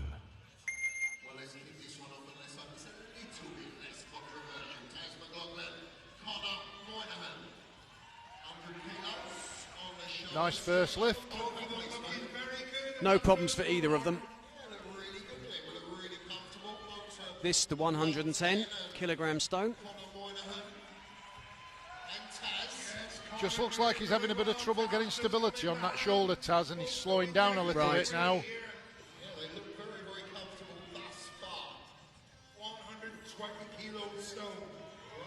For me, sometimes, when an athlete goes from one stone to next, you can almost tell by the body language whether they're up for lifting that next stone. Yes. Because they tend to walk slow, they tentative picking it up, where sometimes, you know, if they're confident, they're ready for it, they'll just run into that stone Yes. and pick it up. But you can see they're starting to go a bit in slow motion now, they're stepping back, looking at stone again, Yep. and really the only thing they're doing is wasting time. Well, I'll tell you what, Monaghan got that. Moving on to the 140, but he's out of time. But good points there for Conor Monaghan, having lifted that 4th stone. But Taz, well, looks like he's in trouble there. What's going on? I think he just held that stone. He had it off the floor for a long time. Yeah. It on his shoulders, and I think he's just gone He's a bit okay. light-headed. He's okay.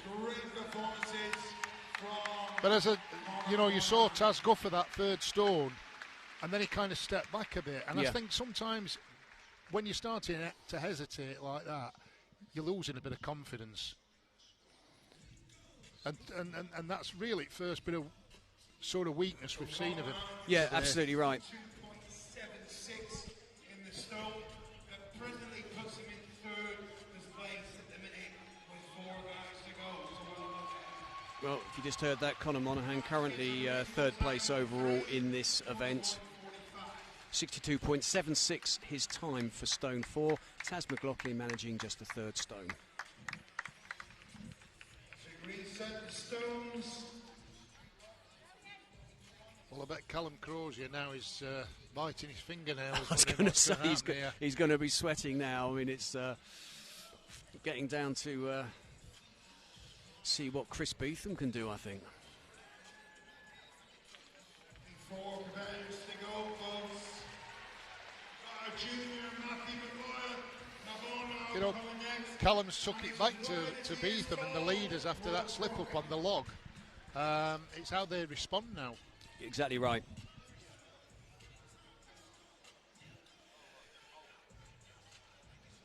Okay, guys, stand tall for that. Ladies and gentlemen, this in lane 1, Rock Rocket.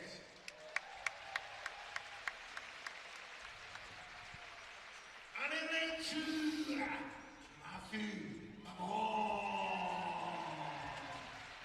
Matthew seems to be enjoying himself He here. does with a smile indeed. on his face. And listen, currently 6th overall, so a good run here could be very beneficial to him. Well, let's see if he's On your smiling in marks. 75 seconds. 3, 2, 1.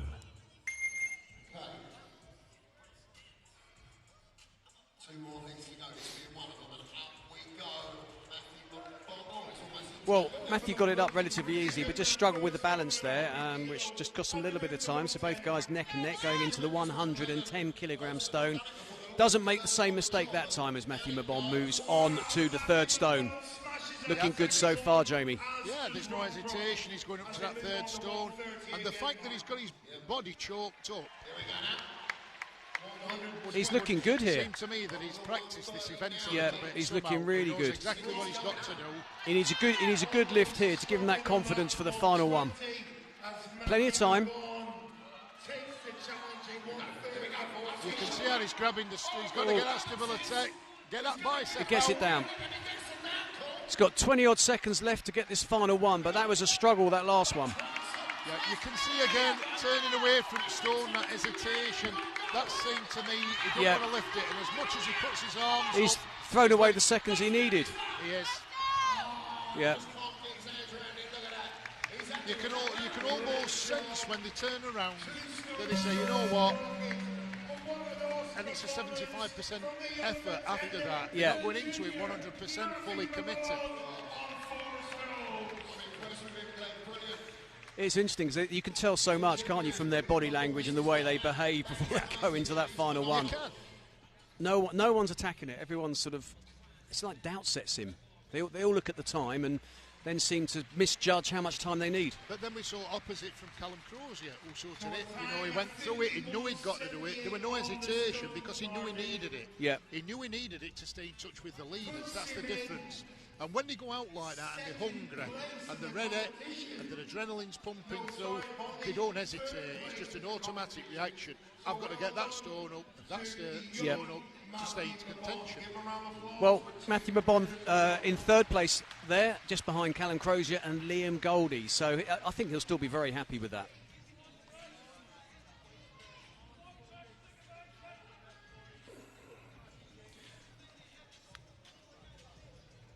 It's the final heat, Jamie, and I think we're going to learn a lot here, aren't we? And how this competition is going to pan out, because really it's going to be down to what Chris Beetham can do. He can't afford a disaster, but it's hard to imagine him slipping up on a stone event.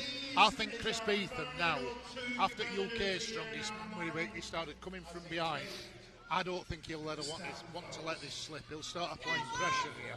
And he can, if he gets a fast 4 stones here, or he gets the 5th one, he can really apply some pressure on this, and he can almost really start to touch the trophy. Well, it's funny because we're talking about Chris, but Jamie Kleiman is level on points with him. They're both in exactly the same position, joint leaders. So let's see what Jamie Kleiman can do here. Because it's not the Chris Beetham show. There's other people in contention, and. It's interesting because Beetham, again, he's got his shirt off, whereas sometimes he might Strongman. think the leotard is making On the your stone marks. slip. Yeah. But Beetham's 3, choked up his 2, upper body 1. ready. So this a battle between the current leaders of Scotland's Strongest Man 2025. Beetham I like running. how Beetham runs in Yeah. between, yeah. He's got a sense of purpose. But saying that, neck to neck, neck and neck now. Fractions of a second between them. Awesome. Both lifting the 110 and neck to neck. As they go to 120 mark. Beef's going for the gears here. Up we go. And he Yeah, good from Beetham. Out of the two, Beetham's looked a lot easier then. Yes. He really needs this one.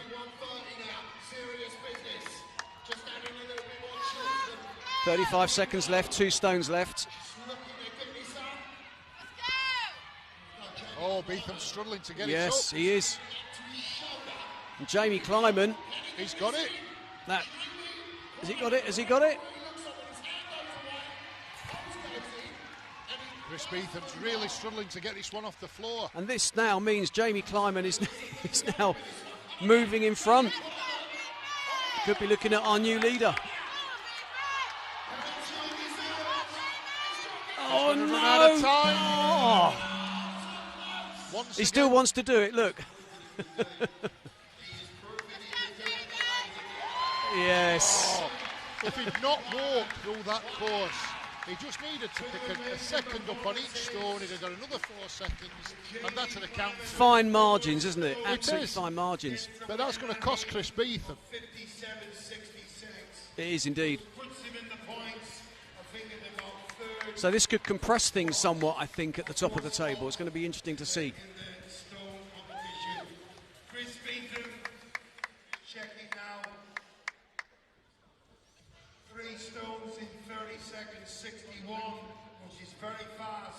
The thing is now, though, as we move on to the next event, the deadlift, Chris Beetham's going to have to go before Callum Crozier, so he's going to set him a target. The only one to do 5 stones, the awesome, the mighty Callum. Well, let's hear from Callum Crozier, then we can talk about where they stand, Jamie, because it's looking very interesting now. That was Callum. There was a little bit of controversy. It's fair to say this arena come alive. There was a few boos. Did you agree with them? You deserved every boo you got, you bad, bad man. It wasn't me. You can't blame the Englishman. All of you, everyone a part of this show, you deserved it. No, I think we did actually. Reset. Listen, as you know, firm but fair refereeing from Aidan Kennedy. I'll give you his phone number later. But listen, that was a phenomenal display. Do you feel like you've arrived in this competition now? I think I'm back. I was scared for a minute there, but I am back. Let's go. Oh, yeah. Can it be your title? It's been spoken about. Is this your time, Callum? You know what I'm going to say. We'll soon see. Ladies and gentlemen, give it up. Callum Crozier. So, ladies and gentlemen, the time now is 15:07. I'd like to see everybody back at 20 past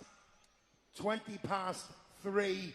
Go for a pee and a cup of tea. We have the deadlift from Maximum coming up next, sponsored by Cerberus Strength. We'll see you in just 12 minutes' time. Thank you very much, folks. Hope you're enjoying the show. Well, Jamie, Callum Crozier there saying he's most definitely back, and actually what we've just seen there has certainly changed things up on the table. Jamie Kleiman, new leader, he was already the leader with Chris Beetham, but it's not been good news for Chris Beetham, really, because you've got Callum Crozier, who's now moved above him, 41 points, Callum Crozier, 1 point behind Kleiman, Chris Beetham in 3rd place on 40, so it's really tight at the top. Well, credit to Kleiman, you know, he's the leader for a reason. He's done really well. He did well there. We saw the determination to get that 5th stone, even though he'd run out of time. Callum Crozier, he's not going to kick himself for not pressing the buzzer because he got top points in that, and it puts him within striking distance now of Chris and Jamie. So there's all to play for, but I think you're starting to see them 3 pulling away a little bit now. Yeah, you are indeed, because in 4th place it's Taz McLaughlin. He's on 34 points alongside Conor Monaghan. So there's a little bit of daylight between those two and the top 3. So we've got more coming up. There's 2 disciplines left. Join us in about 10 minutes for Scotland's Strongest Man.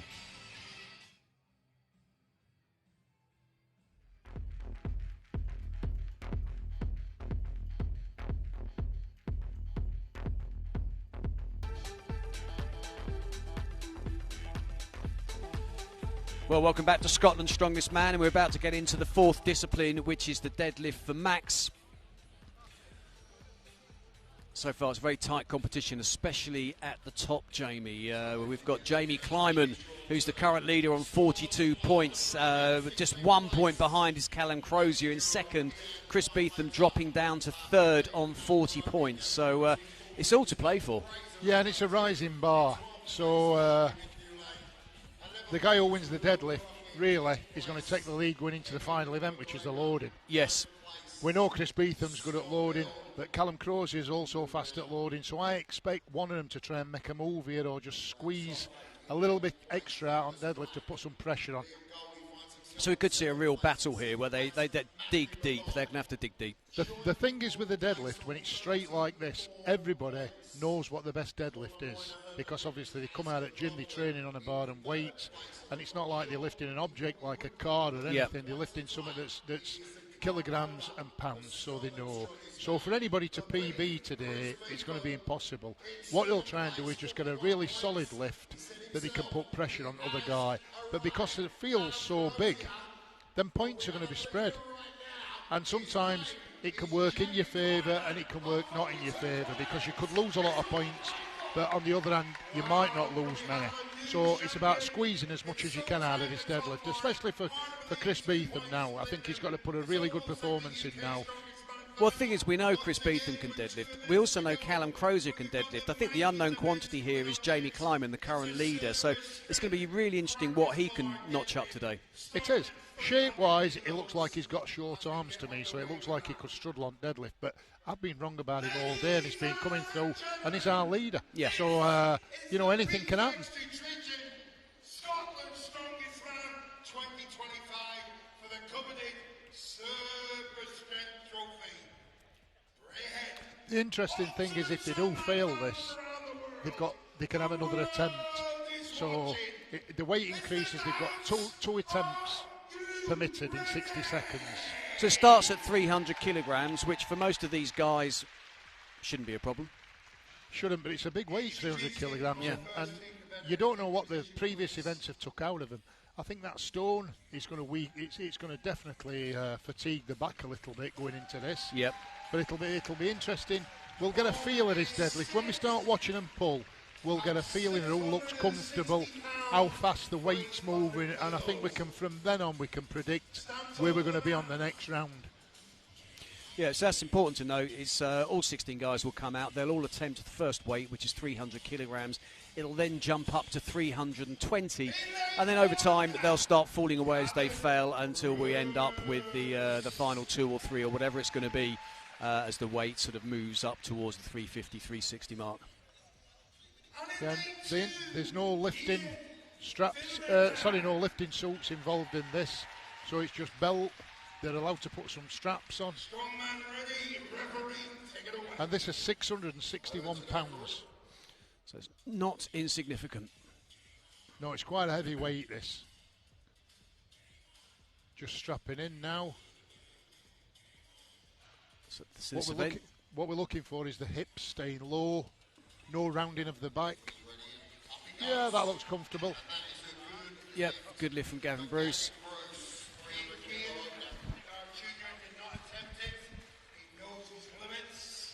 So you heard in the background, Kean Findlay had decided not to attempt the lift. And as Jamie said earlier, they know what their PB is, and if your PB is 280 or whatever it's going to be, there's just no point. So Gavin Bruce will move on to the next round. Kean Findlay is out.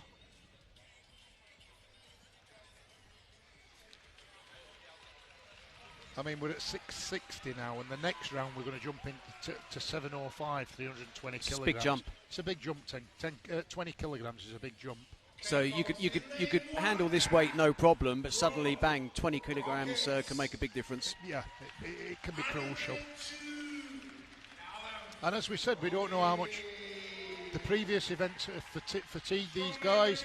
You could be coming in here with a 360, 370 max deadlift. Yep. But after 3 events like we've had earlier on, you might finish around 330, yep. 320. You don't know what it's took out of them. So then Rob Crockett there on your screen. Ignore the graphic that went up earlier. It was over the wrong athlete. But Rob Crockett on the left, Callum Brodie on the right.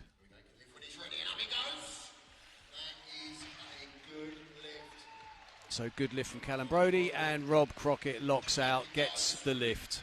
To me, that looked a max effort for Rob. Yeah, he did. It looked a max effort. It did. And you can tell with his body language again. He knows that's it. I don't expect him to come out for 320. Great lift from Rob and Callum as our next two competitors go in. I thought Callum looked reasonably comfortable there. He's a pretty big lad. Yeah, yeah. It looked like it moved quite smoothly. And in lane 2, Douglas Black. Now, I think Scott Fraser has got a half-decent deadlift on him, if I remember rightly, from Scotland's Strongest Man last year. So, see what he can do here. I think he failed the 340 at the UK Strongest Man. I'm not sure. But we'll get a feeling when we see the speed how this moves. Got to keep his hips nice and low, keep his head looking up. Well, he pulled that looking down, but smooth lift. A little bit more laboured from Douglas Black, but both good lifts. You could see his legs shaking a little bit. That's when hamstrings are wanting to come out of the lift. He said about having lips low there, but Scott Fraser didn't look that low. He just looked like he just bent over and lifted it. Yeah, sometimes it works like that, but you'll see as the weights get heavier, if they have got a flaw in the technique, that's where they'll come unstuck. Yes. But sometimes when you can get away with your hips flying up at 300 kilograms, but you're not going to get away with that at 340. It's all about technique, and sometimes when you see a bad technique like that, you know it's inevitable it's going to break down sooner or later. And in lane 2, McLaughlin. Strongman ready. Referee, take it away. You watch really good deadlifters, and they'll deadlift 100 kilo, 200, 300, 360, identical technique. Position of the hips, the bike, everything is exactly the same. So then Kevin McGregor on the left, Taz McLaughlin on the right. Taz McLaughlin currently 4th overall on 34 points, so he's 6 points off podium. Looks like Kevin McGregor's not going to lift. Oh, yes, he's got that. He got it, but didn't look overly easy, did it? No, but I think he'll just be glad to get that on the board. I expect him, because he's up there and he's in a good position overall field, I expect him to come out and give 320 a ride after that. If it's somebody that's down at bottom end at field and they're going to go out, there's nothing worse than trying to fight a big lift that you don't think you can get. But I think when you're in that position and you're fighting for near a podium finish, come out and give it a shot. Exactly right.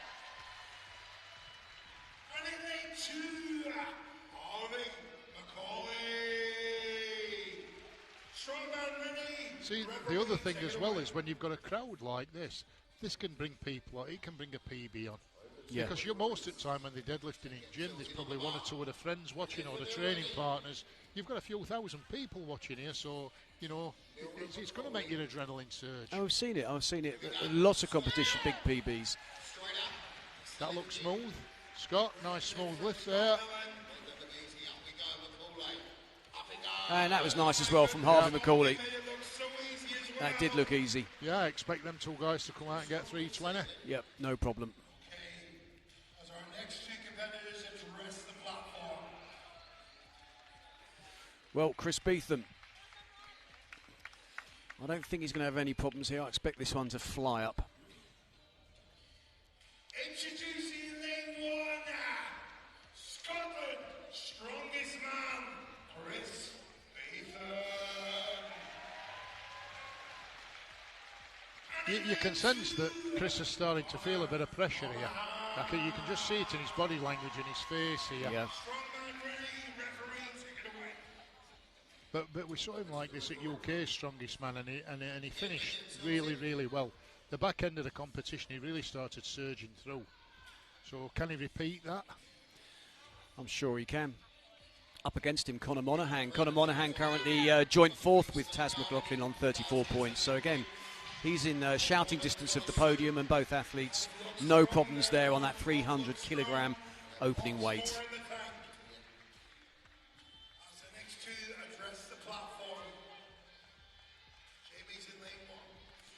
Can you tell, Jamie, from their first lift, who the likely players are sort of moving into the final rounds of this, or is it too early to tell? you can tell on technique and speed how it moves and how confident they are. You can also, you can tell good deadlifters because it's, as a coach used to tell me, it's like watching a door open and shut. Same movement, it's just a beautiful, smooth movement.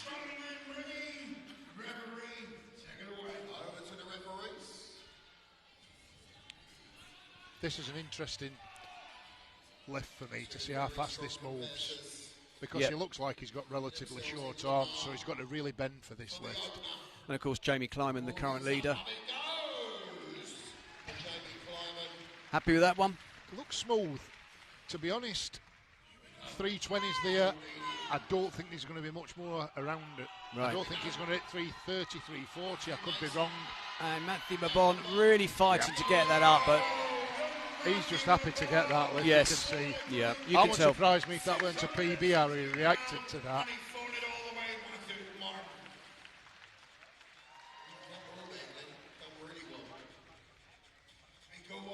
But I expect 320. We're going to lose a few guys here. We are. So at the moment we've had 14 guys out, 2 left in this first round. We've lost Kian Findlater, who failed, Kevin McGregor as well. Everyone else so far successful lifts. It'll be interesting to see how fast it moves compared to Jamie and Chris here. Yes. Because, to be honest, Chris has looked a little bit laboured coming off the floor. He looks quite confident. He looks really confident. Less pressure on him. Yeah. Yeah, when you've got that title, you're trying to defend it, a lot of pressure.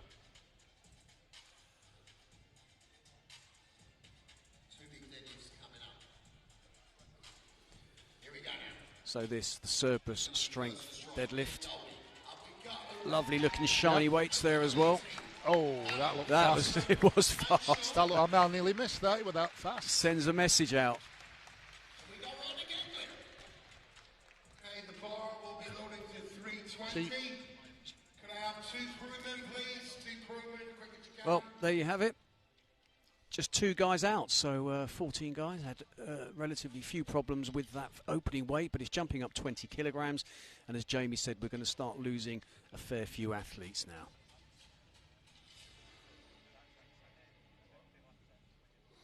So on that first round, Callum Crozier, your favourite? That looked smooth. It looked quick as well. Yeah. Yeah. If I were putting a figure on Callum Crozier after that, if I were coaching him, I'd say, next lift we're going to go in maybe 330 and then save it for a pull at 360. But it looks like he's got at least another 60 kilograms in him. Yeah. After that lift. Some of the other guys, I don't think so. I would expect 350, 340, 350 to win that. And looking at Callum Crozier, it looks like he's got that in him. Yeah. But I think we're going to lose a lot of guys this next round, 320. It's going to be interesting to see if Jamie Kleiman can just do enough to, keep himself up there, because, he looked reasonably comfortable on the first lift, but it's not the same as Callum Crozier. So Jamie Kleiman's going to need to keep himself well in the running, I think, if he wants to sort of keep himself on that podium. But this event as well, deadlift is a staple. It's a staple part of strongman diet, and because Ultimate Strongman are putting this event on, and they're using events like this, we're using core strength and we're using deadlift. People have gone on from these events like Eddie Hall, Tom Stoltman, and they've gone on to deadlift 400 kilograms, 500 kilograms.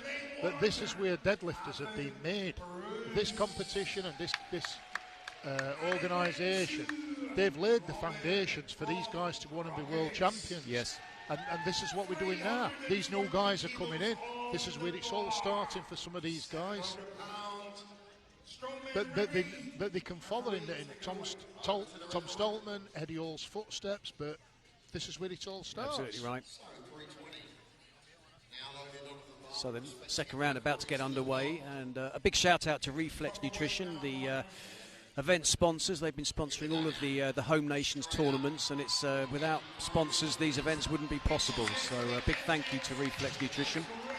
Bit of an unconventional method, but he got it. Yep, he did. No, I don't think this is going to go. Oh, is it? He's got it. What determination that is. Well done, you. Well done. Look at that. It's like he's won the title. Brilliant. You know, we say how hard it is to come back and get a lift once you've failed it, but when you see that kind of determination, it's fantastic. But, you know, once again, that's having crowd behind them. And you bring in that fighting spirit out. Yeah, he was very, very happy to get that. Callum Brody looked quite comfortable in his last Yes, lift. he did.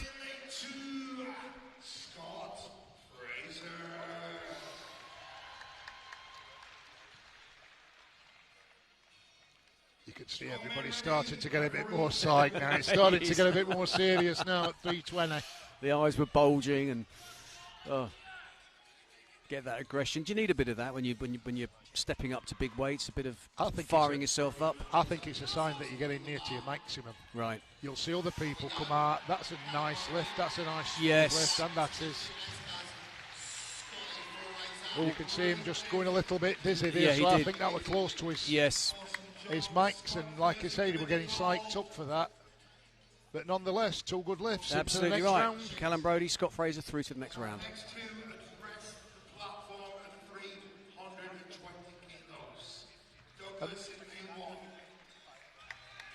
And it's becoming a bit of a dogfight now, this, to get through. Ladies and gentlemen, in lane one, Douglas Clark. And in lane two, Taz McLaughlin. Strongman ready. Referee. So we saw Douglas Black there taking the smelling salts. Strongman smelling salts are powerful. Do they help? I think they help. You know, you can get a distinctive smell, and it kind of puts you in the zone that you want to lift. Or, you know, some guys choose to slap themselves around to get their adrenaline flowing. But once again, I think if you're a good deadlifter, you don't need that until latter stages. It's starting to get serious now. You can see these. Oh, is he going to get it? He's going to get a second bite here. I think he's going to get it. Go on. Hold it. He's got to lock them knees and hips. Yes, he gets the signal. Yes. Oh, look at that.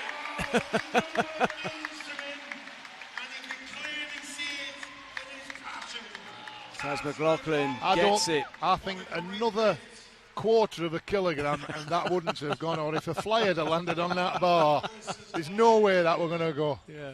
But fair play to him. What an effort but that again, was. His reaction, it was. I don't know whether it was a PB, it looked like he'd got a PB, or whether it was just, you know, I've got through. I've done 2 rounds. I'm getting points, and that's what I need. But because he's up there in that top section, and he's fighting for every little point, and we've gone on about small margins, that could turn out to be a massive margin for him.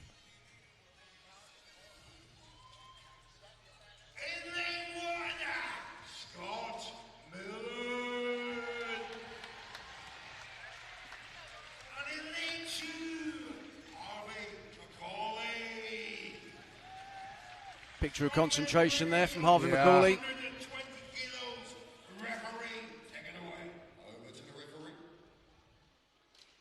See, sometimes as well, this psychological edge can go off when you're lifting against somebody like this. Yes. You know, there's a few remarks that you say to your competitor when you're coming off the stage after you've lifted. And yep, that looks up. That's nice. As was that. Yep.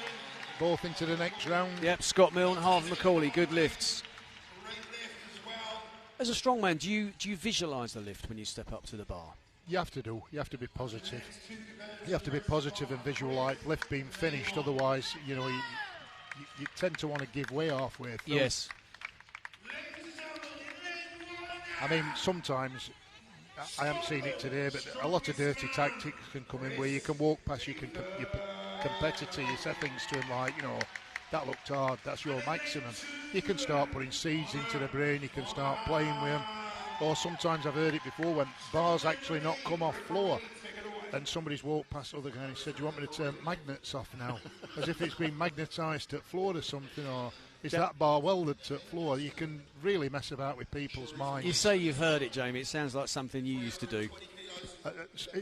Probably something that Glenn Ross would do to me or try. He would have fearsome man you didn't want to compete at this event with. Ooh. That looked laboured from Chris Beetham. It did. I said that, 300. Yeah. I think Chris is going to find himself in a bit of a dogfight now, trying to get as many points out of this event as he can. Conor Monaghan, though, I thought looked pretty comfortable. Yep, that looks a smooth lift. Yeah, currently joint fourth with Taz McLaughlin. Conor Monaghan, 34 points. So he's still going well. He's not big, is he? He's not a big man. No, but it looks like he's got quite long arms as well. It looks like he's built for deadlift.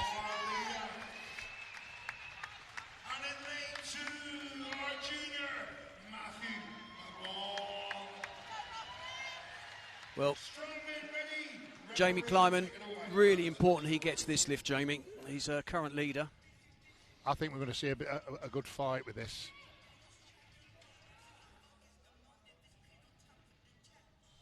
He knows he needs to get this lift to stay in. Yep. He knows he needs to be in contention. He's coming up. Oh. That didn't look bad at all. That looked quite smooth. Yeah, it did. I think just by doing that, he's sending a statement out there because he's looking good. Matthew McBond bows out. At 3:20, he fails Jamie Kleiman through. See, Jamie seems to be reacting well with the crowd as well. When he's coming out for his lifts, you can see he's quite confident. He was very relaxed earlier on. You know, we were doing some filming with him, and he was full of jokes and just looked very chilled. He's doing well today. Let's see speed of this lift. He is.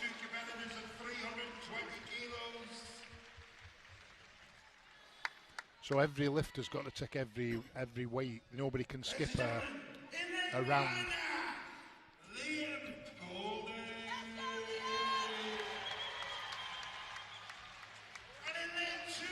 This is when I expect Callum Crozier to apply pressure now. Yes. Chris Beetham knows he had quite a hard lift. I think so now if Callum Crozier pulls this really easy, he's going to have that psychological edge. Yep. Question is, will Chris Beetham be watching, or will he just be trying to put everything out of his head and concentrate on his own game? Yeah, he'll do exactly that. Yep. So he's pulled in, he's tight. And it's easy. It's so easy. Smooth. Yeah. Good lift from Liam Goldie as well. Well, to be honest, Liam Goldie's looked a little bit easier than Chris Beetham's as well. Yes. So we could see Chris Beetham lose a few points here. So that's as they stand then after the second round, 320 kilograms. The weight now will jump 10 kilograms, Jamie, up to 330. Yeah. So some of these guys were really struggling with 320, but the smallest increments now, they can really make or break the deadlift. Yep.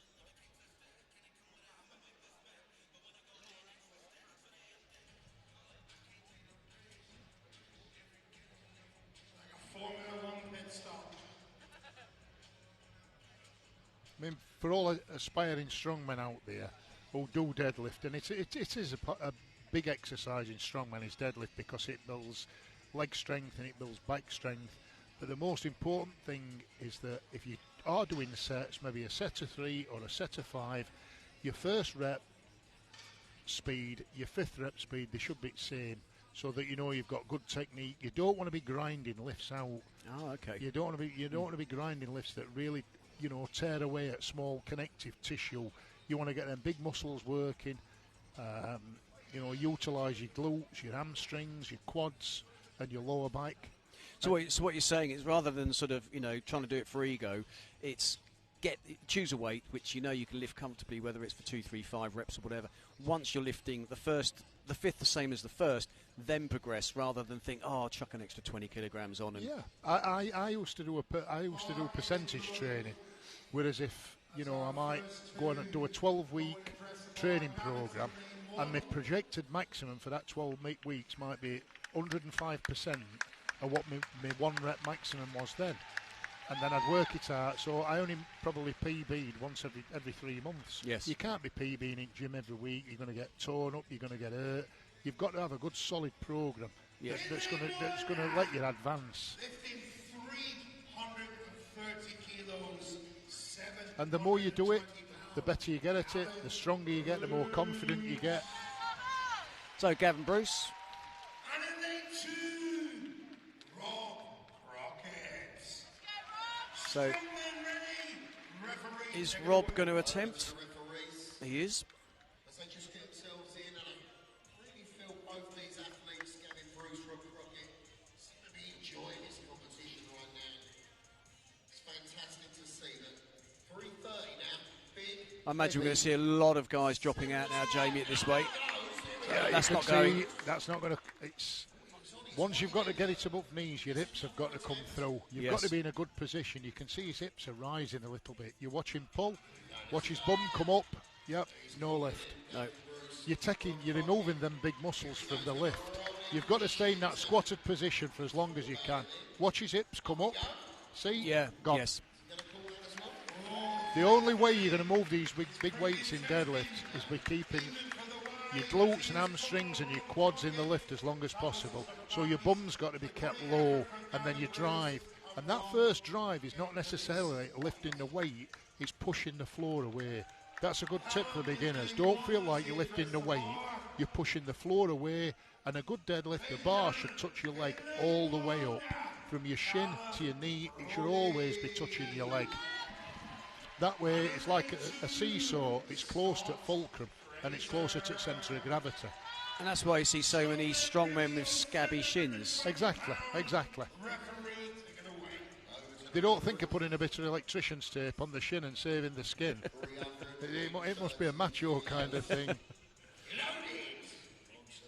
Let's keep them hips low. Here we go.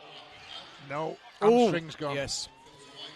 And he's fought that one. He has. Yep, that's a good lift. Oh. Seeing stars. Yep. He was dizzy on the last lift, wasn't he? Yeah. So, yeah.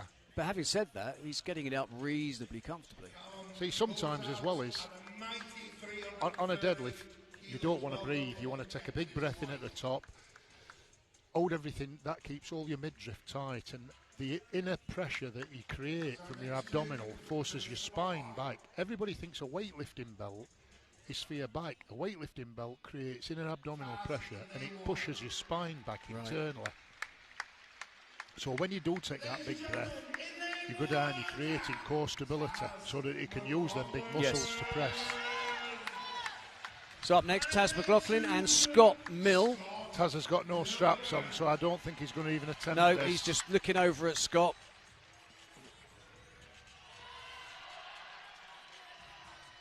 I think Taz will be hoping that a lot of guys don't attempt. If he's going to try and preserve his fourth place. Let's see how much fight Scott Milne's got left here.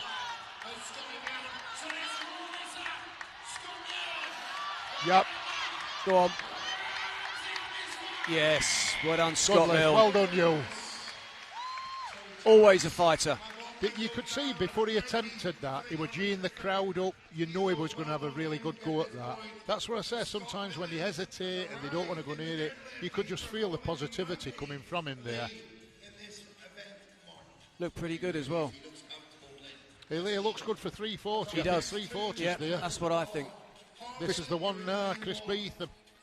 We saw 320, not really moving as smooth as it should have moved. And I think you could just see in his face that slightly worried look now.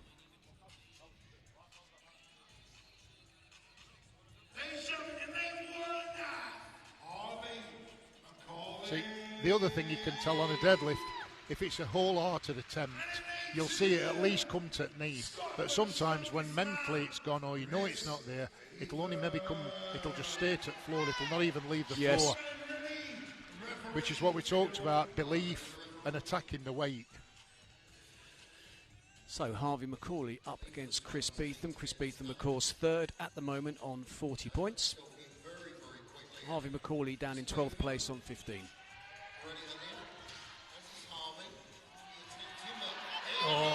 is fighting for this, but he's got it. Well done. Well done, Chris Beetham. It was a fight, but then at the top he was quick to finish it. Yeah, he were in a good position through that lift. That's it for Harvey as well. Give him a round of applause. And if I were being critical, I would say, 340's there. You can get 340 if you want it. It'll be a fight, but he can get it. I think it's definitely there.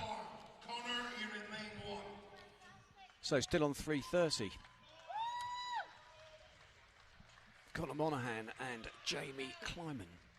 Jamie Kleiman, current leader. In lane 1, Connor. He's proven to be a fighter, Jamie. He is. And in lane 2, our current leader, Jamie Kleiman. Strongman ready. See that positivity? He's shaking his head at the crowd. He's saying yes, yes.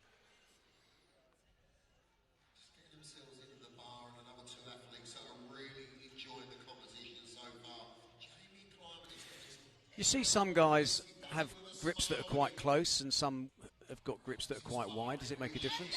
It does Oh, make look a at that. difference. No. If you have trouble locking out at the top. That looks easy. Yeah, that looked a good lift. Wow. That was a really good lift. Go on, go on. He's got to fight for this now. He gets it. Yes, surely. He fought for that, but I'll be honest, I think 340. I don't think 340's there. No, I don't, but I think just getting that 330 will be enormously beneficial. I don't think he can lose too much. No. We talk about positions for deadlift. For anybody who wants to start deadlifting, imagine you're going to do a standing jump and your feet are pointing forward and you're going to do a standing jump. That's your optimum position of power. That's a good place to start deadlifting because that means that's where your hips want to come through. That's your maximum powerful position. That's a good position to start your deadlift. Good advice. Callum Crozier looks like he might be listening to some music or something.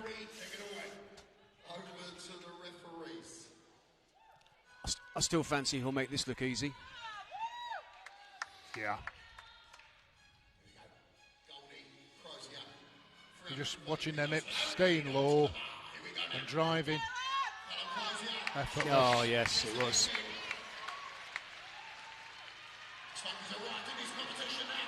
It's a fight. It's a fight. He's got it. He's got it.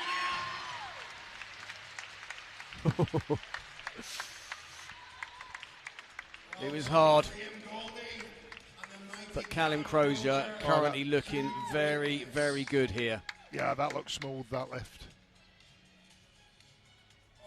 now loading the 340 kilos. Well, we've lost about half of the field now. We have. 740 pounds.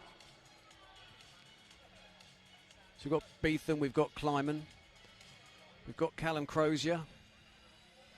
And all of a sudden now we've got a spread of 7 points. So for Chris Beetham, it's just not got to give anything away now. He's got to try and stay in touch. Yes. I think the next lift is going to be crucial for everybody. But every point's going to be crucial now. It is. You've got Conor Monaghan in the mix. Actually, he's currently tied fourth, but Taz McLaughlin, who's fourth with him, has dropped out. So Conor Monaghan now looking very good. Certainly to keep that fourth place. But really, it's about the top three, isn't it? Yeah, Let's be honest. I think for me, Chris Beetham now, he's got to be trying to pip Jamie Kleiman on this next lift. They're going to fight for this, and because we've said these top three are starting to pull away, I expect Callum Crozier, with speed these lifts have been going, to be the leader after this event. That by how many points, it's up to them to cut that deficit down as much as they can and not let him get away. I tell you who else impressed me though was Conor Monaghan. I think he's good to keep going, but I think as you said, Kleiman Beetham, it's a little bit of a battle now on this next weight. Well, Monaghan could be a spoiler. He could spread the points a little bit. Exactly right. And I would imagine it might boil down to him and Callum Crozier for first place battling it out.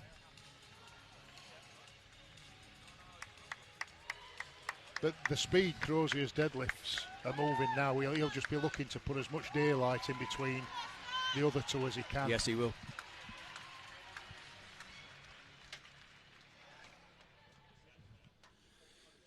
Well, Scott Fraser, who's got dizzy on the last two lifts, let's hope he doesn't pass out on this one. In lane 1, Scott Fraser.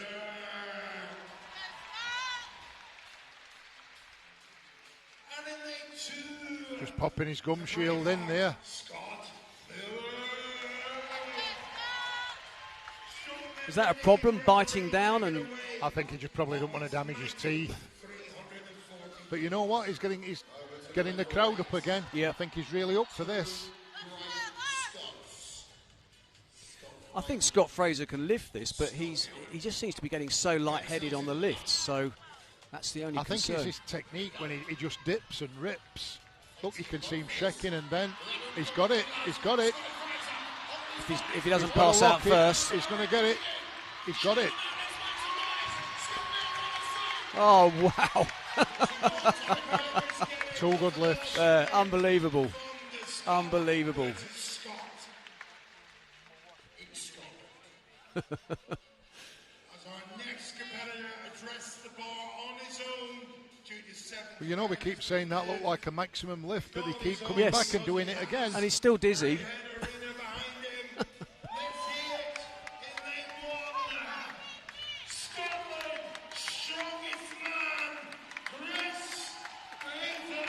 So Scott Fraser just bumped fists with Chris Beetham there, giving him words of encouragement.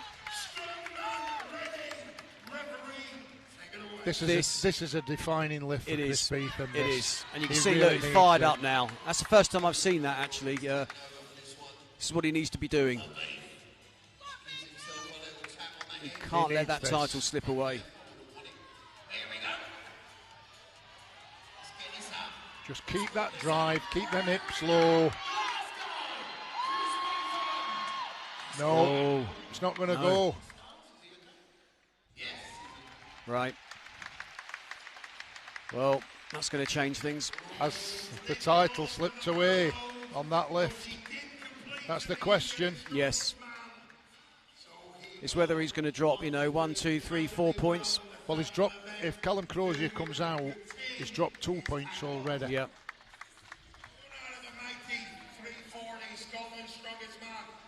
This is whether Jamie Kleiman can stay in touch now. And whether Conor Monaghan can do some damage.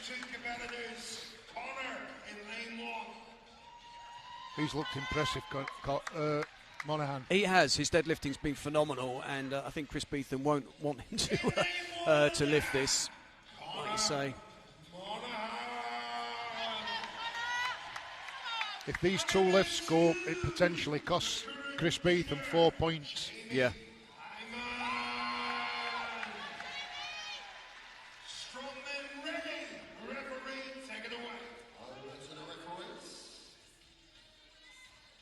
It looked like Jamie were fighting for a position in the bottom last time because it came up and he would add a position, so he's really got to stay in position for this.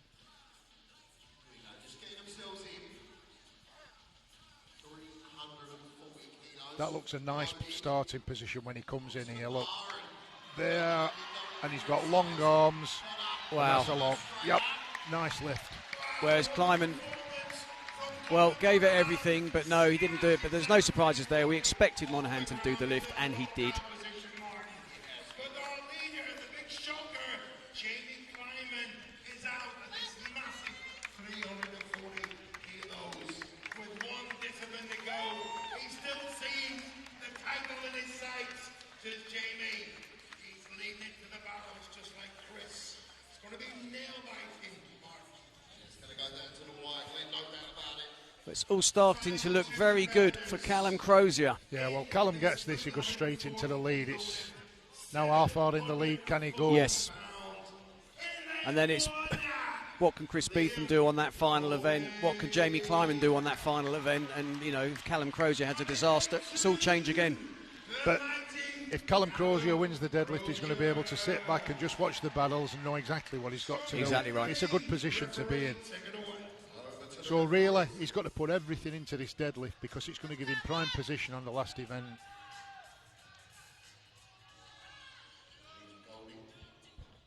I think if Liam gets this above the knee, he fights it through, but it's getting it to the knee. It looked like he's been struggling off the floor. No, it's just under the knees and it's stuck in again. I missed that again. He lifts too quick. I blinked and missed that. He was literally, as you turn around, he was walking away. Yeah, his deadlifting is phenomenal.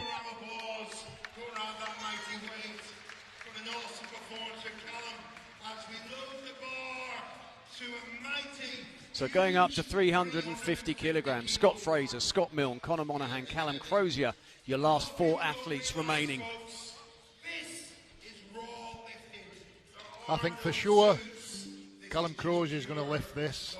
And Conor Monaghan. I think Colin Monaghan, I'm going to stick my neck out and say he's going to have to fight for this one. Yeah. I don't think he's going to get it. And surely Scott Fraser can't continue lifting. You know, Scott Milne's come out and fought Scott Fraser, but I think it's just a bridge too far now. I think we saw the best of them in the last round. Right.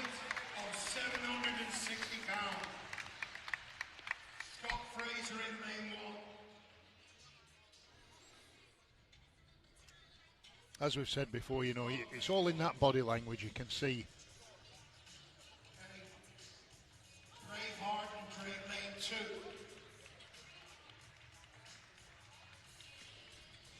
Well, they're both fighters, the two Scots.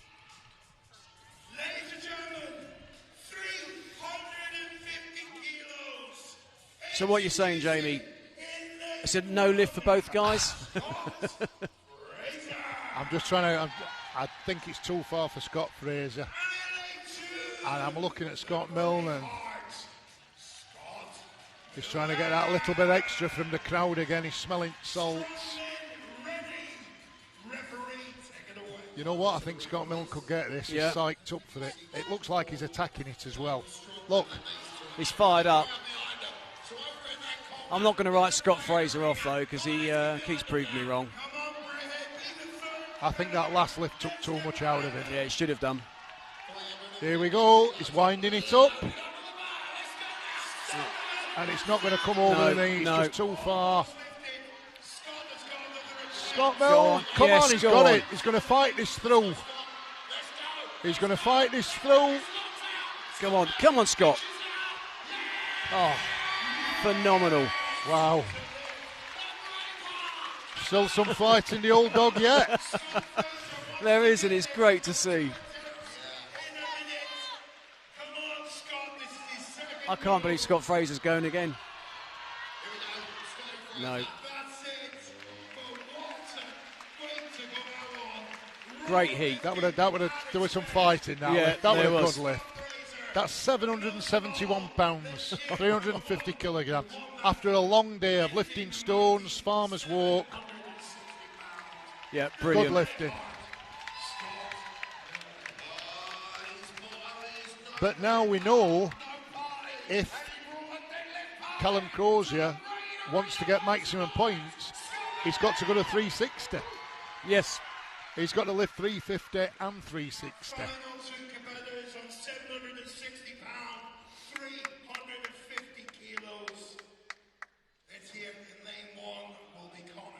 And it's worth it. It's worth getting that extra. If it's just 1 point, it's worth getting it. To go into the last event, sitting back, watching everybody, you might have to load 3 barrels, 4 barrels. But that point, I would definitely, if I were coaching, I would say go for it. You need it. Scott Milne's good mates with Chris Beetham. Train together regularly. Yeah.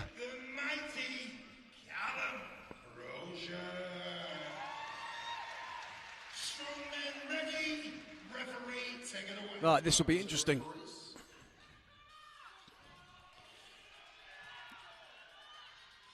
Probably the best two that we've seen in this deadlift discipline so far. But we did set to start. We thought 360 would be a winning lift. Yes. I think there's no doubts that Callum Crozier is going to get this. He hasn't looked like he's struggled at all with any lift. That's a good lift. Yeah. He struggled a little bit. But you know what? He's going to finish this. Yes.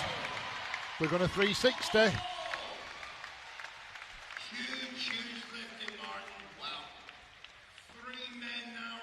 And if anybody's going into the gym tomorrow and they want to know what 360 kilograms looks like, that's 820 kilos either side of the bar and a 10 kilo as well.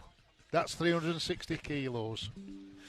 So if anybody wants to attempt that weight tomorrow, you need 820s and a 10 either side. And if you've got bumper plates, they're not going to fit on, presumably. No, you need some drop forge plates for that. Or a very long bar. So you said 360. Could it be 370? Wow.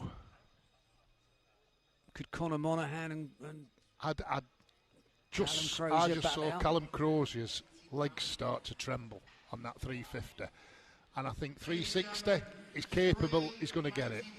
But I think another lift after that. Too far. I think it's too far. Yeah. But we could have split points then. If it does finish at 360, points could be split. Yeah. I think Connor's got 360 in him, and it's how much he wants it now. Yep. Obviously, for Callum Crozier, he knows he needs it because he can put daylight in between Jamie and Chris. So if you're Chris Beetham watching this, what outcome do you want? I know none of them's a good outcome, but at this moment in time, Chris Beetham can only hope that Callum Crozier don't get this next lift for an outright win. The best outcome for Chris is if all these three guys fail this and they split the points. But the fact they're already coming out ready. So there's only three, so are they going one at a time? What are they doing here? Or is Scott's going out on his own? And the other two will go head to head.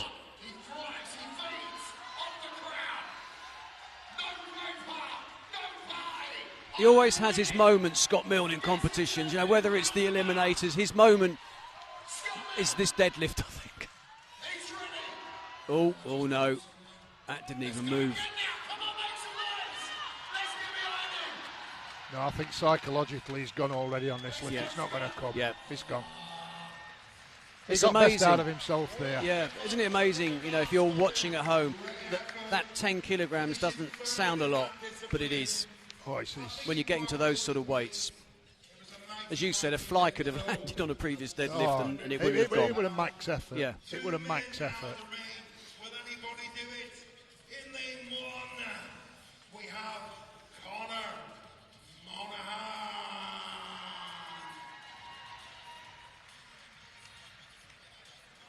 That's interesting. Look, Callum Crozier was either hitting him in a nice way or a nasty way. Will it a nice slap, an encouraging slap, or one to say, don't get this, pal? He slapped himself as well, though. Just then, slapped himself around the face, fired up. I bet it's not bagpipe music. And it should be Scotland's strongest man.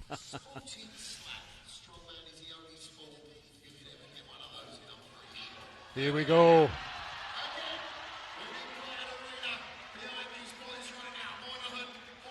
So just these two athletes left. The weight, 360 kilograms. For the win. For the win. Didn't go above the knees. He's got it. Callum Crozier. He's got it. Yeah. 360. Takes the win. Take a bow, Callum Crozier. Great lifting. Big moment at Reflex Nutrition, Scotland's strongest man, as Callum Crozier takes the win and really starts to exert pressure on the rest of the field. Absolutely phenomenal deadlifting, Jamie. Yeah, we said 360 kilos, very close to 800 pounds. Very, very good lifting. And it was efficient and it looked good from the start. And as we said, when you see somebody coming out comfortable like that, lifting at speed, it's inevitable they're going to be up there, and it psychologically destroys a lot of the other athletes. Yeah. That definitely puts him in the driving seat now going into the last event. Well, let's hear what he's got to say. You made that look easy. Was there any doubt? Was there any doubt? Was there any doubt?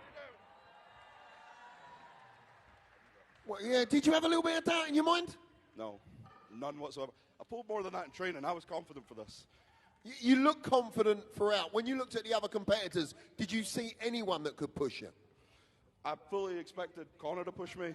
I was not expecting Scott to push as far as he did, so really impressed with the performances.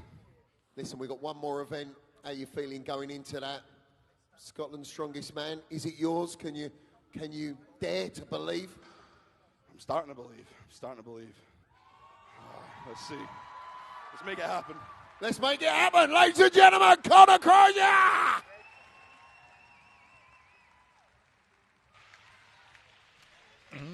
So Callum Crozier now starting to perhaps believe that this could be his title, but a lot can change because every time we say, this guy's going to win, that guy's going to win, everything starts to change.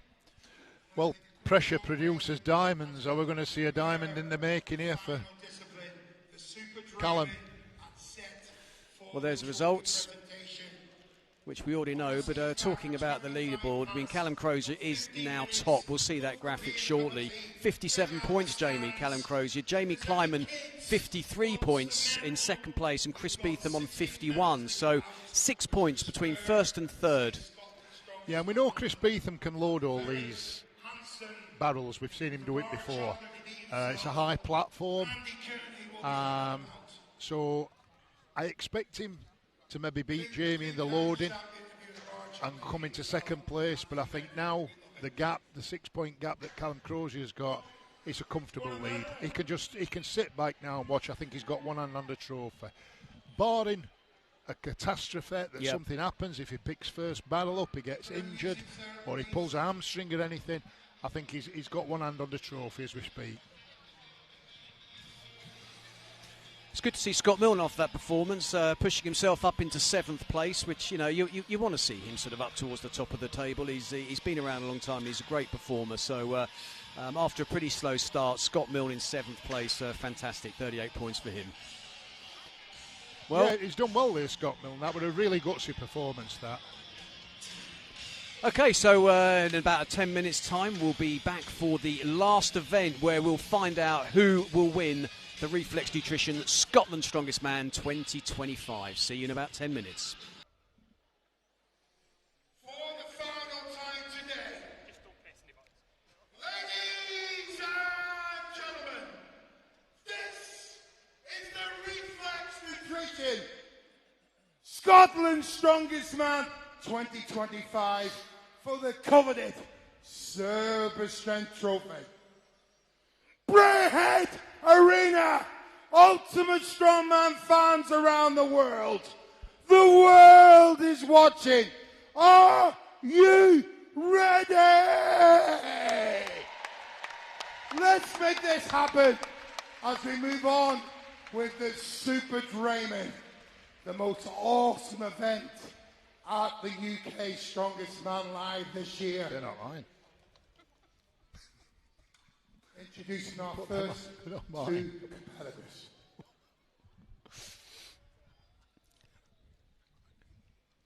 All right, let's go, guys. In lane 1, KM. Well, welcome back to Scotland's Strongest Man. The crowd have been having fun, and we're now down to the final event. It's the Super Drayman Load. Jamie, tell us about it.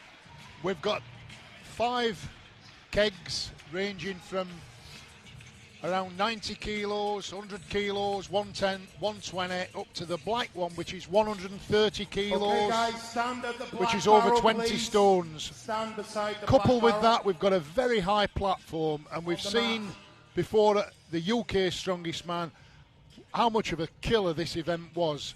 And it's all about pride now. For these guys who are laying at the bottom of the field, Ladies it's and all gentlemen, about pride and finishing, lane 1. and finishing on a high. Yeah, you said it is a difficult event. I mean, the barrels are heavy, get progressively heavier, but it's the height of the platform that can cause so many problems, especially if you're short. Cian Findlater's not the tallest guy here, and he could have problems getting that barrel up to the and the barrels have got to be upright, and the clock only stops when your hand comes off the barrel and it's upright. And the barrels get bigger and bigger, so they need lifting higher onto the platform, and it's a killer. It's a killer of event. It really taxes your CV system. Is it an event you like? First one, no problems, got to be stood up. Yeah, so Callum Brodie not even attempting to lift, Jamie, so it's just Cian Findlater going on his own, and actually so far so good for him. Gets the second barrel up. Looks like he's going quite well. Yeah, he looks fit. As you said, I think he's going to struggle a little bit with the height when it gets to the red and the black barrel. But here comes number 3. He's got this one onto the platform. Stand it up. 110 kilograms. Right, this is where things start to get difficult. We're looking at an 18-stone barrel here. Is he going to try and make it in one? That means he's going to lift it, carry it onto the platform, or is he going to have to put it down at the platform and then have another lift? I think he's going to get this one. Oh, it's 2 inches too short. That's what we're saying. That platform causes so many problems. And that's where it can suit the taller men. You know, it does make a big difference.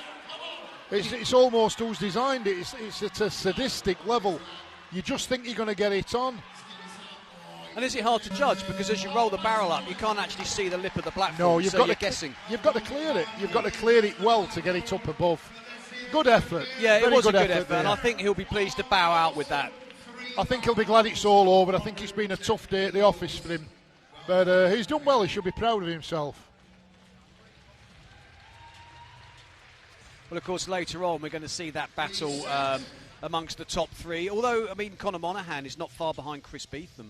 He's about 2.5 points off Chris Beetham. So it's still wide open because there are 16-point spread. A lot can change if mistakes are made. Yeah, and I think we've got this. Chris Beetham has obviously got to go before those guys. So really, Chris Beetham's got to go all out and give it one last push. Is he going to get that top spot? It's looking unlikely now, but to apply that pressure, and as we said, it's never over until the end, so he's really got to go out and get them 5 battles and put some pressure on Callum and Jamie. So they just get reset for the second heat. Kevin McGregor up against Gavin Bruce. So they are going out in reverse order, so we won't see Callum Crozier, the current leader, on 57 points until the final heat. Face me, please. Face me. Okay. In lane 1, Kevin McGregor. In lane 2, Gavin Bruce. I think there's been good performances across the field here, Jamie, because no one's embarrassed themselves, have they? They've all been able to give it a good go. Yeah, everybody's come in, and I think it's not beyond the capabilities because we haven't seen many injuries. Nobody's really got injured or hurt, or nobody's quit. Everybody's tried. I think all the events have been pitched well, and I think the guys who've come in new, you know, they've showed that they can compete at this level. Yeah. Which bodes well. It's always nice to find new talent and just give them, you know, big match experience, which is so important. Performing in front of a crowd in a big arena is all good experience for them. Yeah, they're only going to get better from this. And look at these 2 guys going head to head here. They're having a real fight of this. They're already on to the 120, and they're both running with it. Neck and neck. They've got to stand them up. Oh, we're going to see it finally finished. The 130 battle. We've got 30 seconds left. We saw this at the UK Strongest Man and how difficult it was. These are good performances. I think it's up, and it's... Oh, yes, oh, he's got to push it on. It's on. Turn it. Oh, fantastic. Absolutely fantastic. That's a good Gavin result. Bruce. Both of them. They should both take a bow. Oh, we saw how incredible. extremely hard that was at the UK Strongest Man. We did. Andy Flynn, you know, winning the title by getting that last barrel up, and it was an absolute battle. So, really good performances. Yeah, and both guys had around 15, 14 seconds to spare. Yeah. So that's a terrific performance. Really well done. But what that does bode well for, if anything, is for Chris Beetham. Because now we've seen 2 go on, that could be a potential spread of 2 points. If he can better that time and Callum Crozier, somebody else comes in between and we can see that 6-point spread. Yes. All of a sudden, it's closing very, very quickly.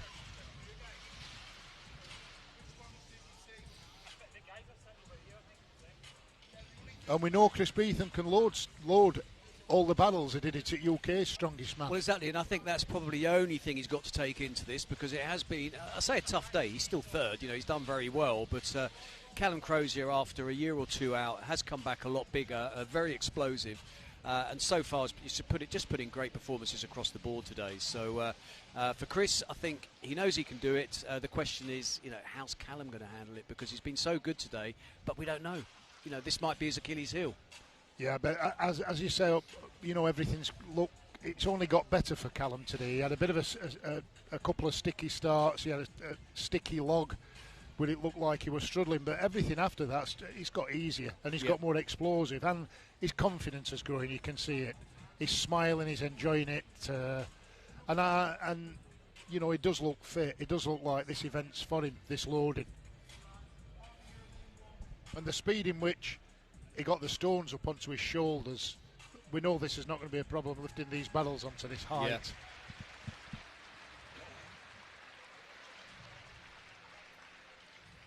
So the next pairing gets set. It's Harvey McCauley and Rob Crockett. Harvey McCauley there, just being given instructions on where to start. These guys, if they both load all 5 barrels, they can put a real spanner in the works. They could. This is not cut and dried by any means this yet for Callum. And theoretically, Jamie, as we go through more heats, we're going through the better performing athletes on the day, so you would expect more of them as we move towards the end to be doing it. Especially if Kevin McGregor and Gavin Bruce have shown that it can be done, and yet they were down the bottom of the table. Yeah, but they're all hungry athletes. They've got a point to prove. They want to get all these battles. It's like a showing us, I can do all them battles. We watched them at UK's Strongest Man. We didn't qualify for that. Some guys didn't do it, but we did. It's really starting to put a mark in the sport for them. Yes. Harvey McCauley going well so far onto the 3rd barrel. Struggling a little bit there. Yep. These 2 guys aren't the tallest of the athletes, so they are going to struggle on that platform. Especially with these last 2 barrels, because I know it's only 10 kilogram weights, but the barrels get a lot bigger as you move on to the red. You size can difference. see. Look at it. Like walking through treacle. And the clock's ticking down now. I think he's going to be lucky to get this red one, but I don't think we're going to see the black battle go on here. No. It's going to take one big effort now.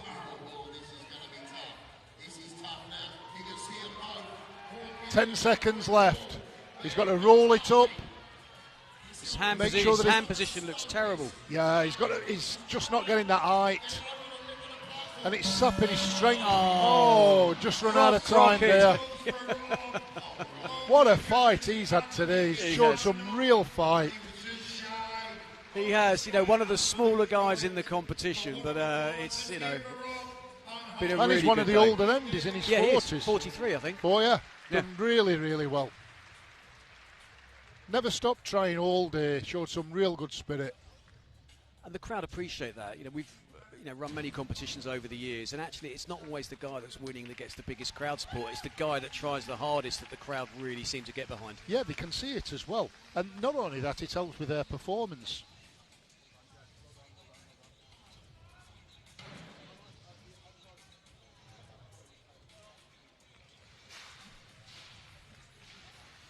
So Gavin Bruce, the current leader, ahead of Kevin McGregor, both men, only men to have done all 5 kegs so far. Next heat, Scott Fraser, who did so well at Scotland's Strongest Man last year, but at the moment currently in 10th place. And I think he would have expected more out of today. Yeah, I think the statics have not being kind to Scott, but this is a good event for him, mobility-wise. But our next two competitors. What you've got to remember, Jamie, is it's not just about winning the Scotland Strongest Man title. There's a place at the UK Strongest Man at stake here. Exactly. And if you're outside, that top three, then you don't get that place at an event, next year. And Scott Fraser was there this year, so I think that will probably hurt more than anything. Exactly. Yeah. But hopefully that disappointment should resonate in this event, and he should really put everything into this. Yes. On your marks. 3. He'll want to go out with a bang for sure. 1. Here we go now. Let's take this away, Scott Fraser. Fabulous black. Surely he'll want to go with a win, away with a win. Yeah, and actually this sort of event I think suits Scott Fraser. He's quite a dynamic athlete. Well, they're both going well so yeah, far, both clean on. Separating them at all. It's Scott Fraser who's just now maybe marginally moving in front. Gets that up quite cleanly. He's looking good. Certainly looking good for the fourth barrel. Yeah, he's got plenty of time. Can he get it high and get his legs free so he can walk to the platform? Yes. Yep. And he's got the height to do it. Right, can we see this number 5 go on? Oh, just wrestling a bit there, trying to get it upright, having a little bit of problems there. Finally does it, moves on to the 5th barrel, Scott Fraser. I think he's out of time, he's got 10 seconds left. Oh, no, it's not enough. It's looking heavy now, this. It's been a long day for Scott Fraser, this. No. And he's run out of time. He just ground to a halt on that red barrel.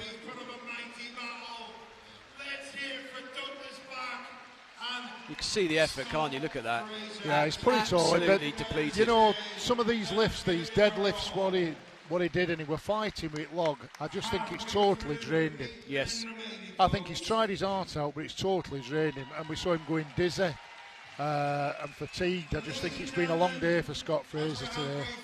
He's going to be sore next week. I want you to give a big cheer and a round of applause for every crewman that have busted their ass to get this arena set up. And our referees. Overseen by Marcus Ross and Abe Kennedy. Great job. I want to do a special thank you to Hopalong Cassidy. You know, these events as well, to do a grueling event like this at the end, it can be soul destroying, especially when you're out of the sort of the top 3, the qualifiers for UK Strongest Man. You're out of the podium. It can be devastating. Is it hard to motivate yourself? It is because your body's saying no. It's gone through a lot. It'll have gone through a lot today. And to be fair, these events have rattled through very, very quick, and we've gone through some huge weights, some big deadlifts. We've seen log lifts for 75 seconds, take it out of them. We've seen them stones. These have been tough events. It's interesting because these are fast events. I mean, they're done in 3.5 hours, and they're doing 5 events. So a lot of strongman competitions will go 6-7 hours, and they have a lot more time to recuperate in between. This is where I think you're laying foundations for future strength athletes doing this, because we're not going to, it's not going to be over 2 days, it's not going to be over 3 days, it's 5 days. It's teaching athletes how to recover, it's teaching them how to stretch, get ready for the next event, and as we've said, it's working because nobody's getting injured and everybody's benefiting from this. So next heat then, Matthew Mabon up against Scott Milne. Scott Milne there on screen. And it's Mabon who just gets the first barrel up, marginally ahead of Scott Milne. He's shown some good fight today, Scott Milne. Yeah, he has. More and more as the competition has gone on.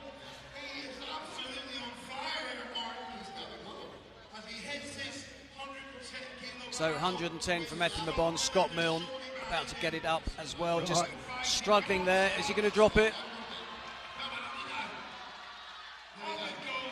Oh, this red one's starting to look heavy now. Yes, it is. Once again, stepping away from it, wasting time, showing hesitation. I think McGregor and Bruce both getting it early on was kind of deceptive, because we thought, okay, this is going to be easy today. They could have underestimated it. You can see, and as we talked about people stepping away, hesitating, wasting time, you can see clock's ticking. Yep. We've run out of time. Yep, it's not even worth going for it, Matthew. So still, strong performance, gets 4 barrels up. Scott Milne with 3.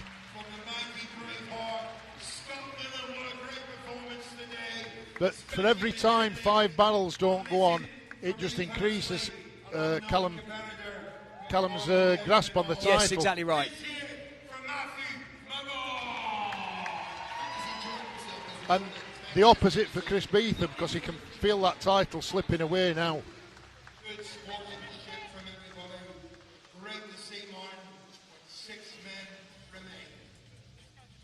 Well, Scott just over there talking to his family, who are always at the show supporting him.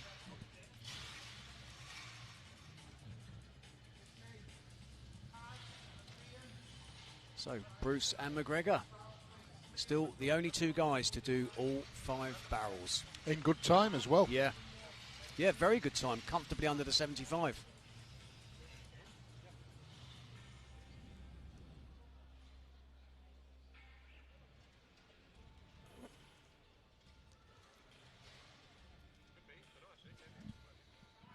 I think what throws a lot of guys as well on this barrel loading is the last 2 with them being a different shape. Yes. You just get used to them first 3 being that shape. They've got a grasp bar to hold them, and then the other 2, I think, coupled with the weight and the increase in diameter, it just kind of throws them, especially when they're fatigued as well. Because they're just a lot bigger. I mean, I know the weight's only 10 kilograms more, but when you're looking at them lined up, they're completely different, much wider. And because they're bigger, it interferes with your leg movement.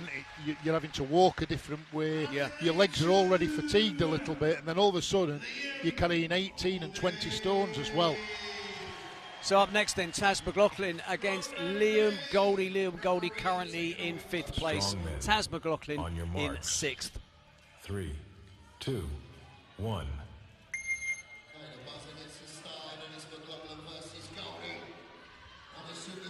Well, Goldie's nice and tall, so presumably that's going to help him somewhat, and he's off to a bit of a flyer here, looking pretty good. Yeah, both guys are moving well. Yep. Don't seem to be any issues from deadlift, no tightness in the hamstrings, they're both moving.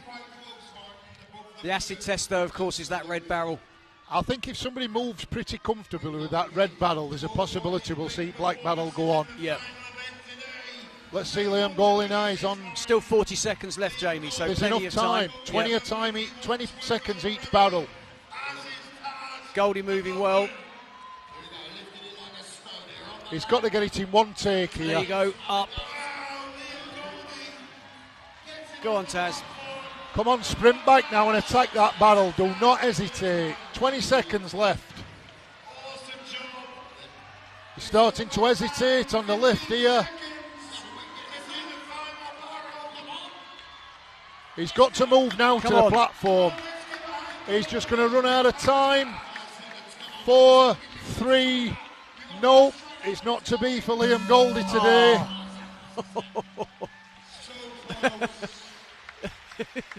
I don't know what he's saying. I'm not sure I want to know. I think he's frustrated. Oh dear. I think, as a strongman, you want to complete an event, don't you? If you don't complete it, you feel like you failed. You know, when, as you said before, when 2 people have done it in a good time like that, do they underestimate it? Do they think it's going to be easy and they come in and they're not really as juiced up as they should be to get it? And it's also disappointing when you see other people that have done it and you don't do it. Yes. But actually, when you look back now at McGregor and Bruce, it's like, I don't think we quite realised how good what they did was. It was like, okay, well, they're near the bottom of the table, so everyone else is probably going to do a bit better. Yeah, we weren't expecting it. No. We weren't expecting that. And you think, it's a good solid performance, that, but it's only when other people start going and you don't see that kind of them sort of times, you realise how good it was. Yes.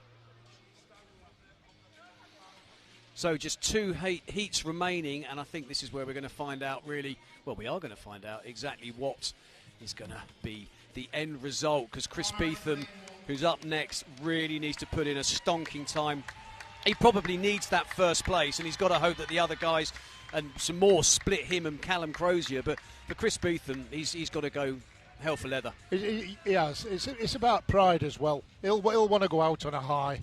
Ladies and gentlemen, we have 4 more competitors left. And anything can happen. Anything can happen. Top 3 positions. So top time, 59.19 seconds for Keg 5. So Chris Beetham, I'm sure, will have that in his mind. Possibly lifting the title of the Reflex Nutrition. We saw Chris Beetham at UK Strongest Man go against Andrew Flynn, and it was a phenomenal loading. And Chris Beetham got stronger, and he got faster in the second half. So we know he can do it. Yes. Fighting to retain the title. Conor Monaghan currently in 4th place, 48.5 points. Reigning champion Chris Beetham currently 3rd. Chris Beetham.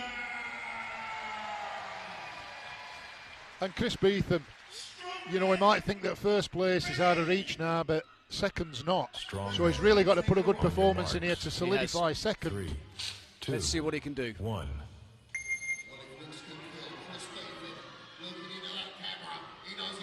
Nice and high, lifting that barrel nice and high, so his legs are free. Sprinting back. This is meaningful by Beetham. It is. He's not going to go down easily. Same again, number 3, nice and high. Look at the intent on his face. Plenty of time left here for all. He's got that red barrel high. Yep. Go on, Chris. Yep, easy. Oh, he's got to stand it up. It's on. He's got about 24 seconds left if he wants to take first place ahead of Callum Crozier, who's yet to go. 59.19 is the best time so far. One big clean now up to chest. He's got it. Oh, he's got to it. Stand it up. Oh, yes. Terrific time. That's what he needed to do. You couldn't have asked for any more than that. No, he's risen to that challenge. It would have been easy just to sit back and say, you know what, I'm going to get a podium spot anyway. But he's really put some pressure on here. Yeah, that was phenomenal. So Chris Beetham, best time yet. And that really does put pressure on the other two, Jamie Kleiman and Callum Crozier, still to go.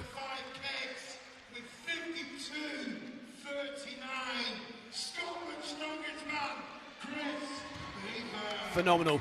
But that's put a lot of pressure on Jamie now. Yes, it has, on the yeah. second prize, on the second place. It's going to be a hard time to beat because he was moving quick and he was getting those barrels up. I mean, he had one falter maybe, but it's going to be a hard time to beat. Definitely, yeah. You've got to be perfect on those 5 barrels if you want to beat that. And Callum now has got the luxury of knowing what he needs to do, how many barrels he needs to do. He knows now that 4 barrels quite quickly, yep. And the title's his.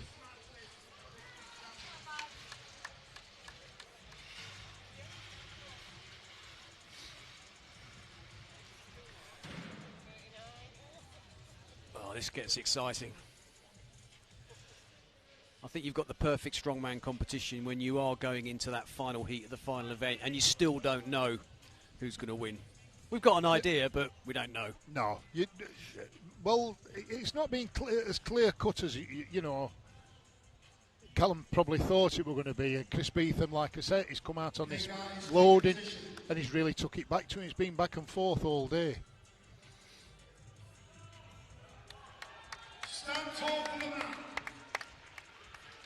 A lot of pressure on Jamie here now after watching Chris Beetham. Yes. So just a reminder, Chris Beetham's time, 52.39 seconds. That's the time these two will want to be beating. This is the Reflex Nutrition Scotland's Strongest Man 2025 for the coveted Service Strength Trophy. Are you ready? Jamie really needs a good result here to qualify for UK's Strongest Man as well. Jamie Kleiman. And our new leader in lane 2, Callum Crozier. Well, he looks fired up, David, for this. He does. It's going to be very, very interesting. Strongmen, on your marks. 3, 2, 1. He'll not want to make any mistakes here. Just needs to be solid. Doesn't want to rush and do something stupid. He's just got to be solid. Just make sure he gets it up. Well, moves on to the next. You know what, Jamie, for such a big guy, he's moving taking well. it to him. A little bit of a slip there for Callum. Once again. Literally neck and neck. This is where we might see a gap develop. Yep, Crozier's just peeked ahead there. If he gets this, he's assured of the title. He is indeed. And he's got it high. This is going to go straight on in one lift. Oh, as it does. yes. Perfect. Gets it up. And there is the new champion. What a performance. Yep. Is Jamie going to finish this? Callum's urging him on.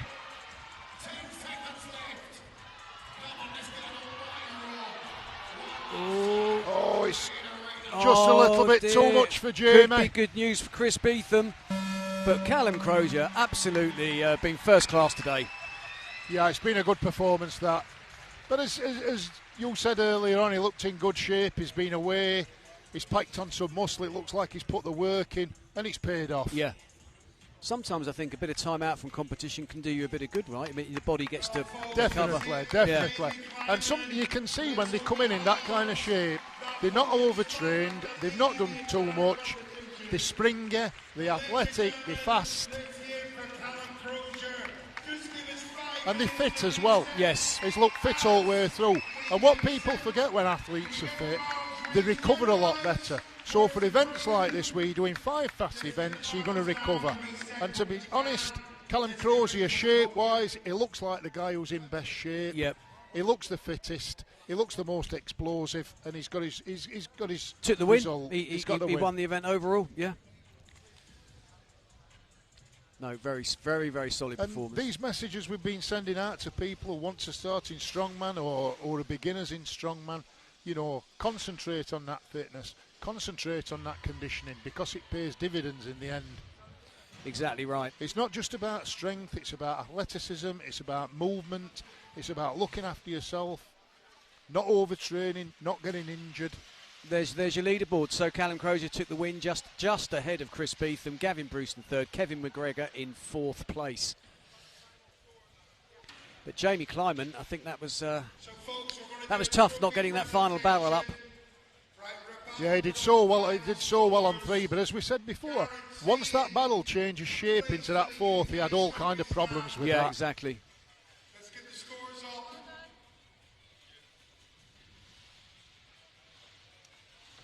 Let's get the scores up before the trophy presentation. So they're getting ready for the trophy presentation. And let's look at the leaderboard. So there is the bottom part of the table. Scott Fraser slips down to 9th place. Douglas Black in 10th. Gavin Bruce 11th. And so on. But it's all about the top of the leaderboard. And there you have it. Jamie Kleiman slips down to 3rd place. Chris Beetham grabs 2nd. But it's Callum Crozier with a comfortable margin in the end of 7 points who wins the title. And he is the new Scotland's strongest man. Yeah, just look how close Connor was to getting Jamie. Yes. For 3rd place, just half a point in it. Unbelievable, and Jamie was looking, so good. It was just that final event was the undoing. But he's on the podium, and I think he's going to be very happy with that performance. Yeah.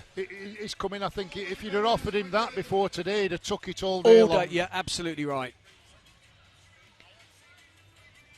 But I think the top 2, we knew it were going to be a battle between them, but Callum Crozier, champion, well done. Yeah, absolutely. Good competition. Yeah, terrific. All right, well, thanks to Jamie Rees, former world's strongest man, for joining us in commentary. He's going to go over now and work on the presentation and award the prizes out to the guys.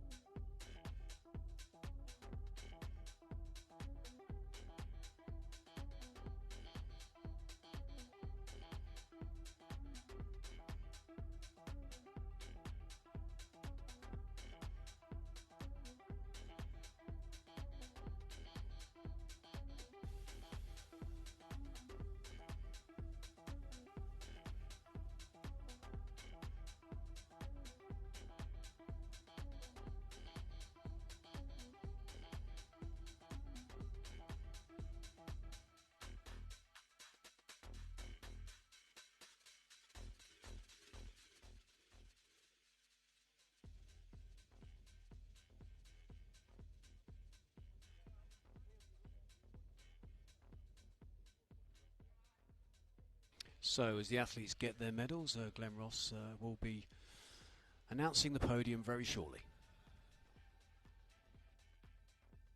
Nearly there, just get them, come, I'll do them there. So ladies and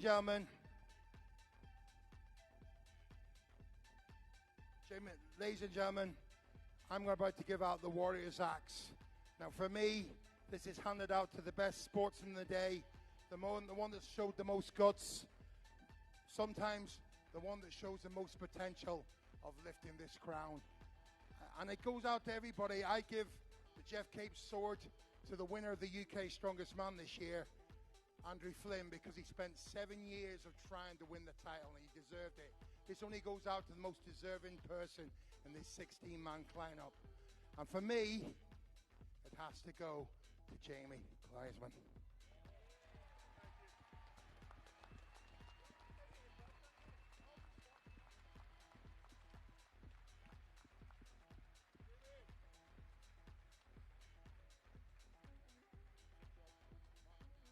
Okay, could I have Jamie?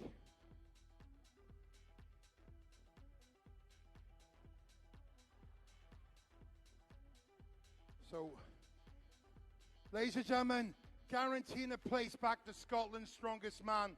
Let's hear it in 5th place, Liam Goldie. For the first time ever, guaranteeing this spot back to Scotland's strongest man, and reserved to the UK's Conor Monaghan.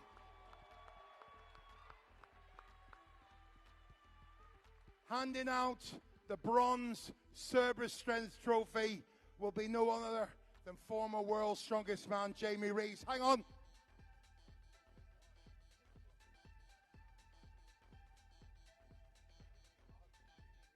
Or Jamie Reeves. Okay, world's strongest man, Jamie Reeves, about to hand out the 2nd place Cerberus Strength Trophy. Don't put them up yet till I give you a shout. Don't put them up, guys, till I give you a shout, okay? And he's about to hand the winner's trophy of the Cerberus Strength Trophy to none other than Callum Crozier. Okay, guys, if you stand on the podium, and when I give you the cue, I want you to lift them above your heads. Ladies and gentlemen, we have a new champion for the first time ever. Your new Reflex Nutrition Scotland's Strongest Man 2025, lifting the coveted Cerberus Strength Trophy, Callum Crozier.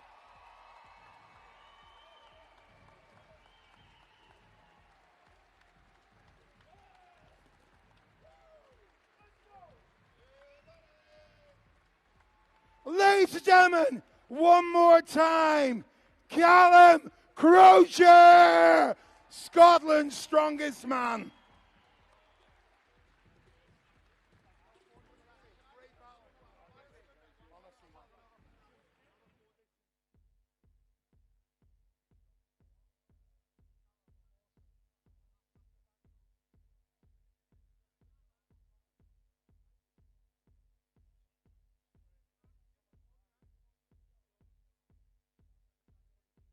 Ladies and gentlemen, if you are part of the meet and greet, please stay in your seats and await instruction. Meet and greets, please stay in your seats.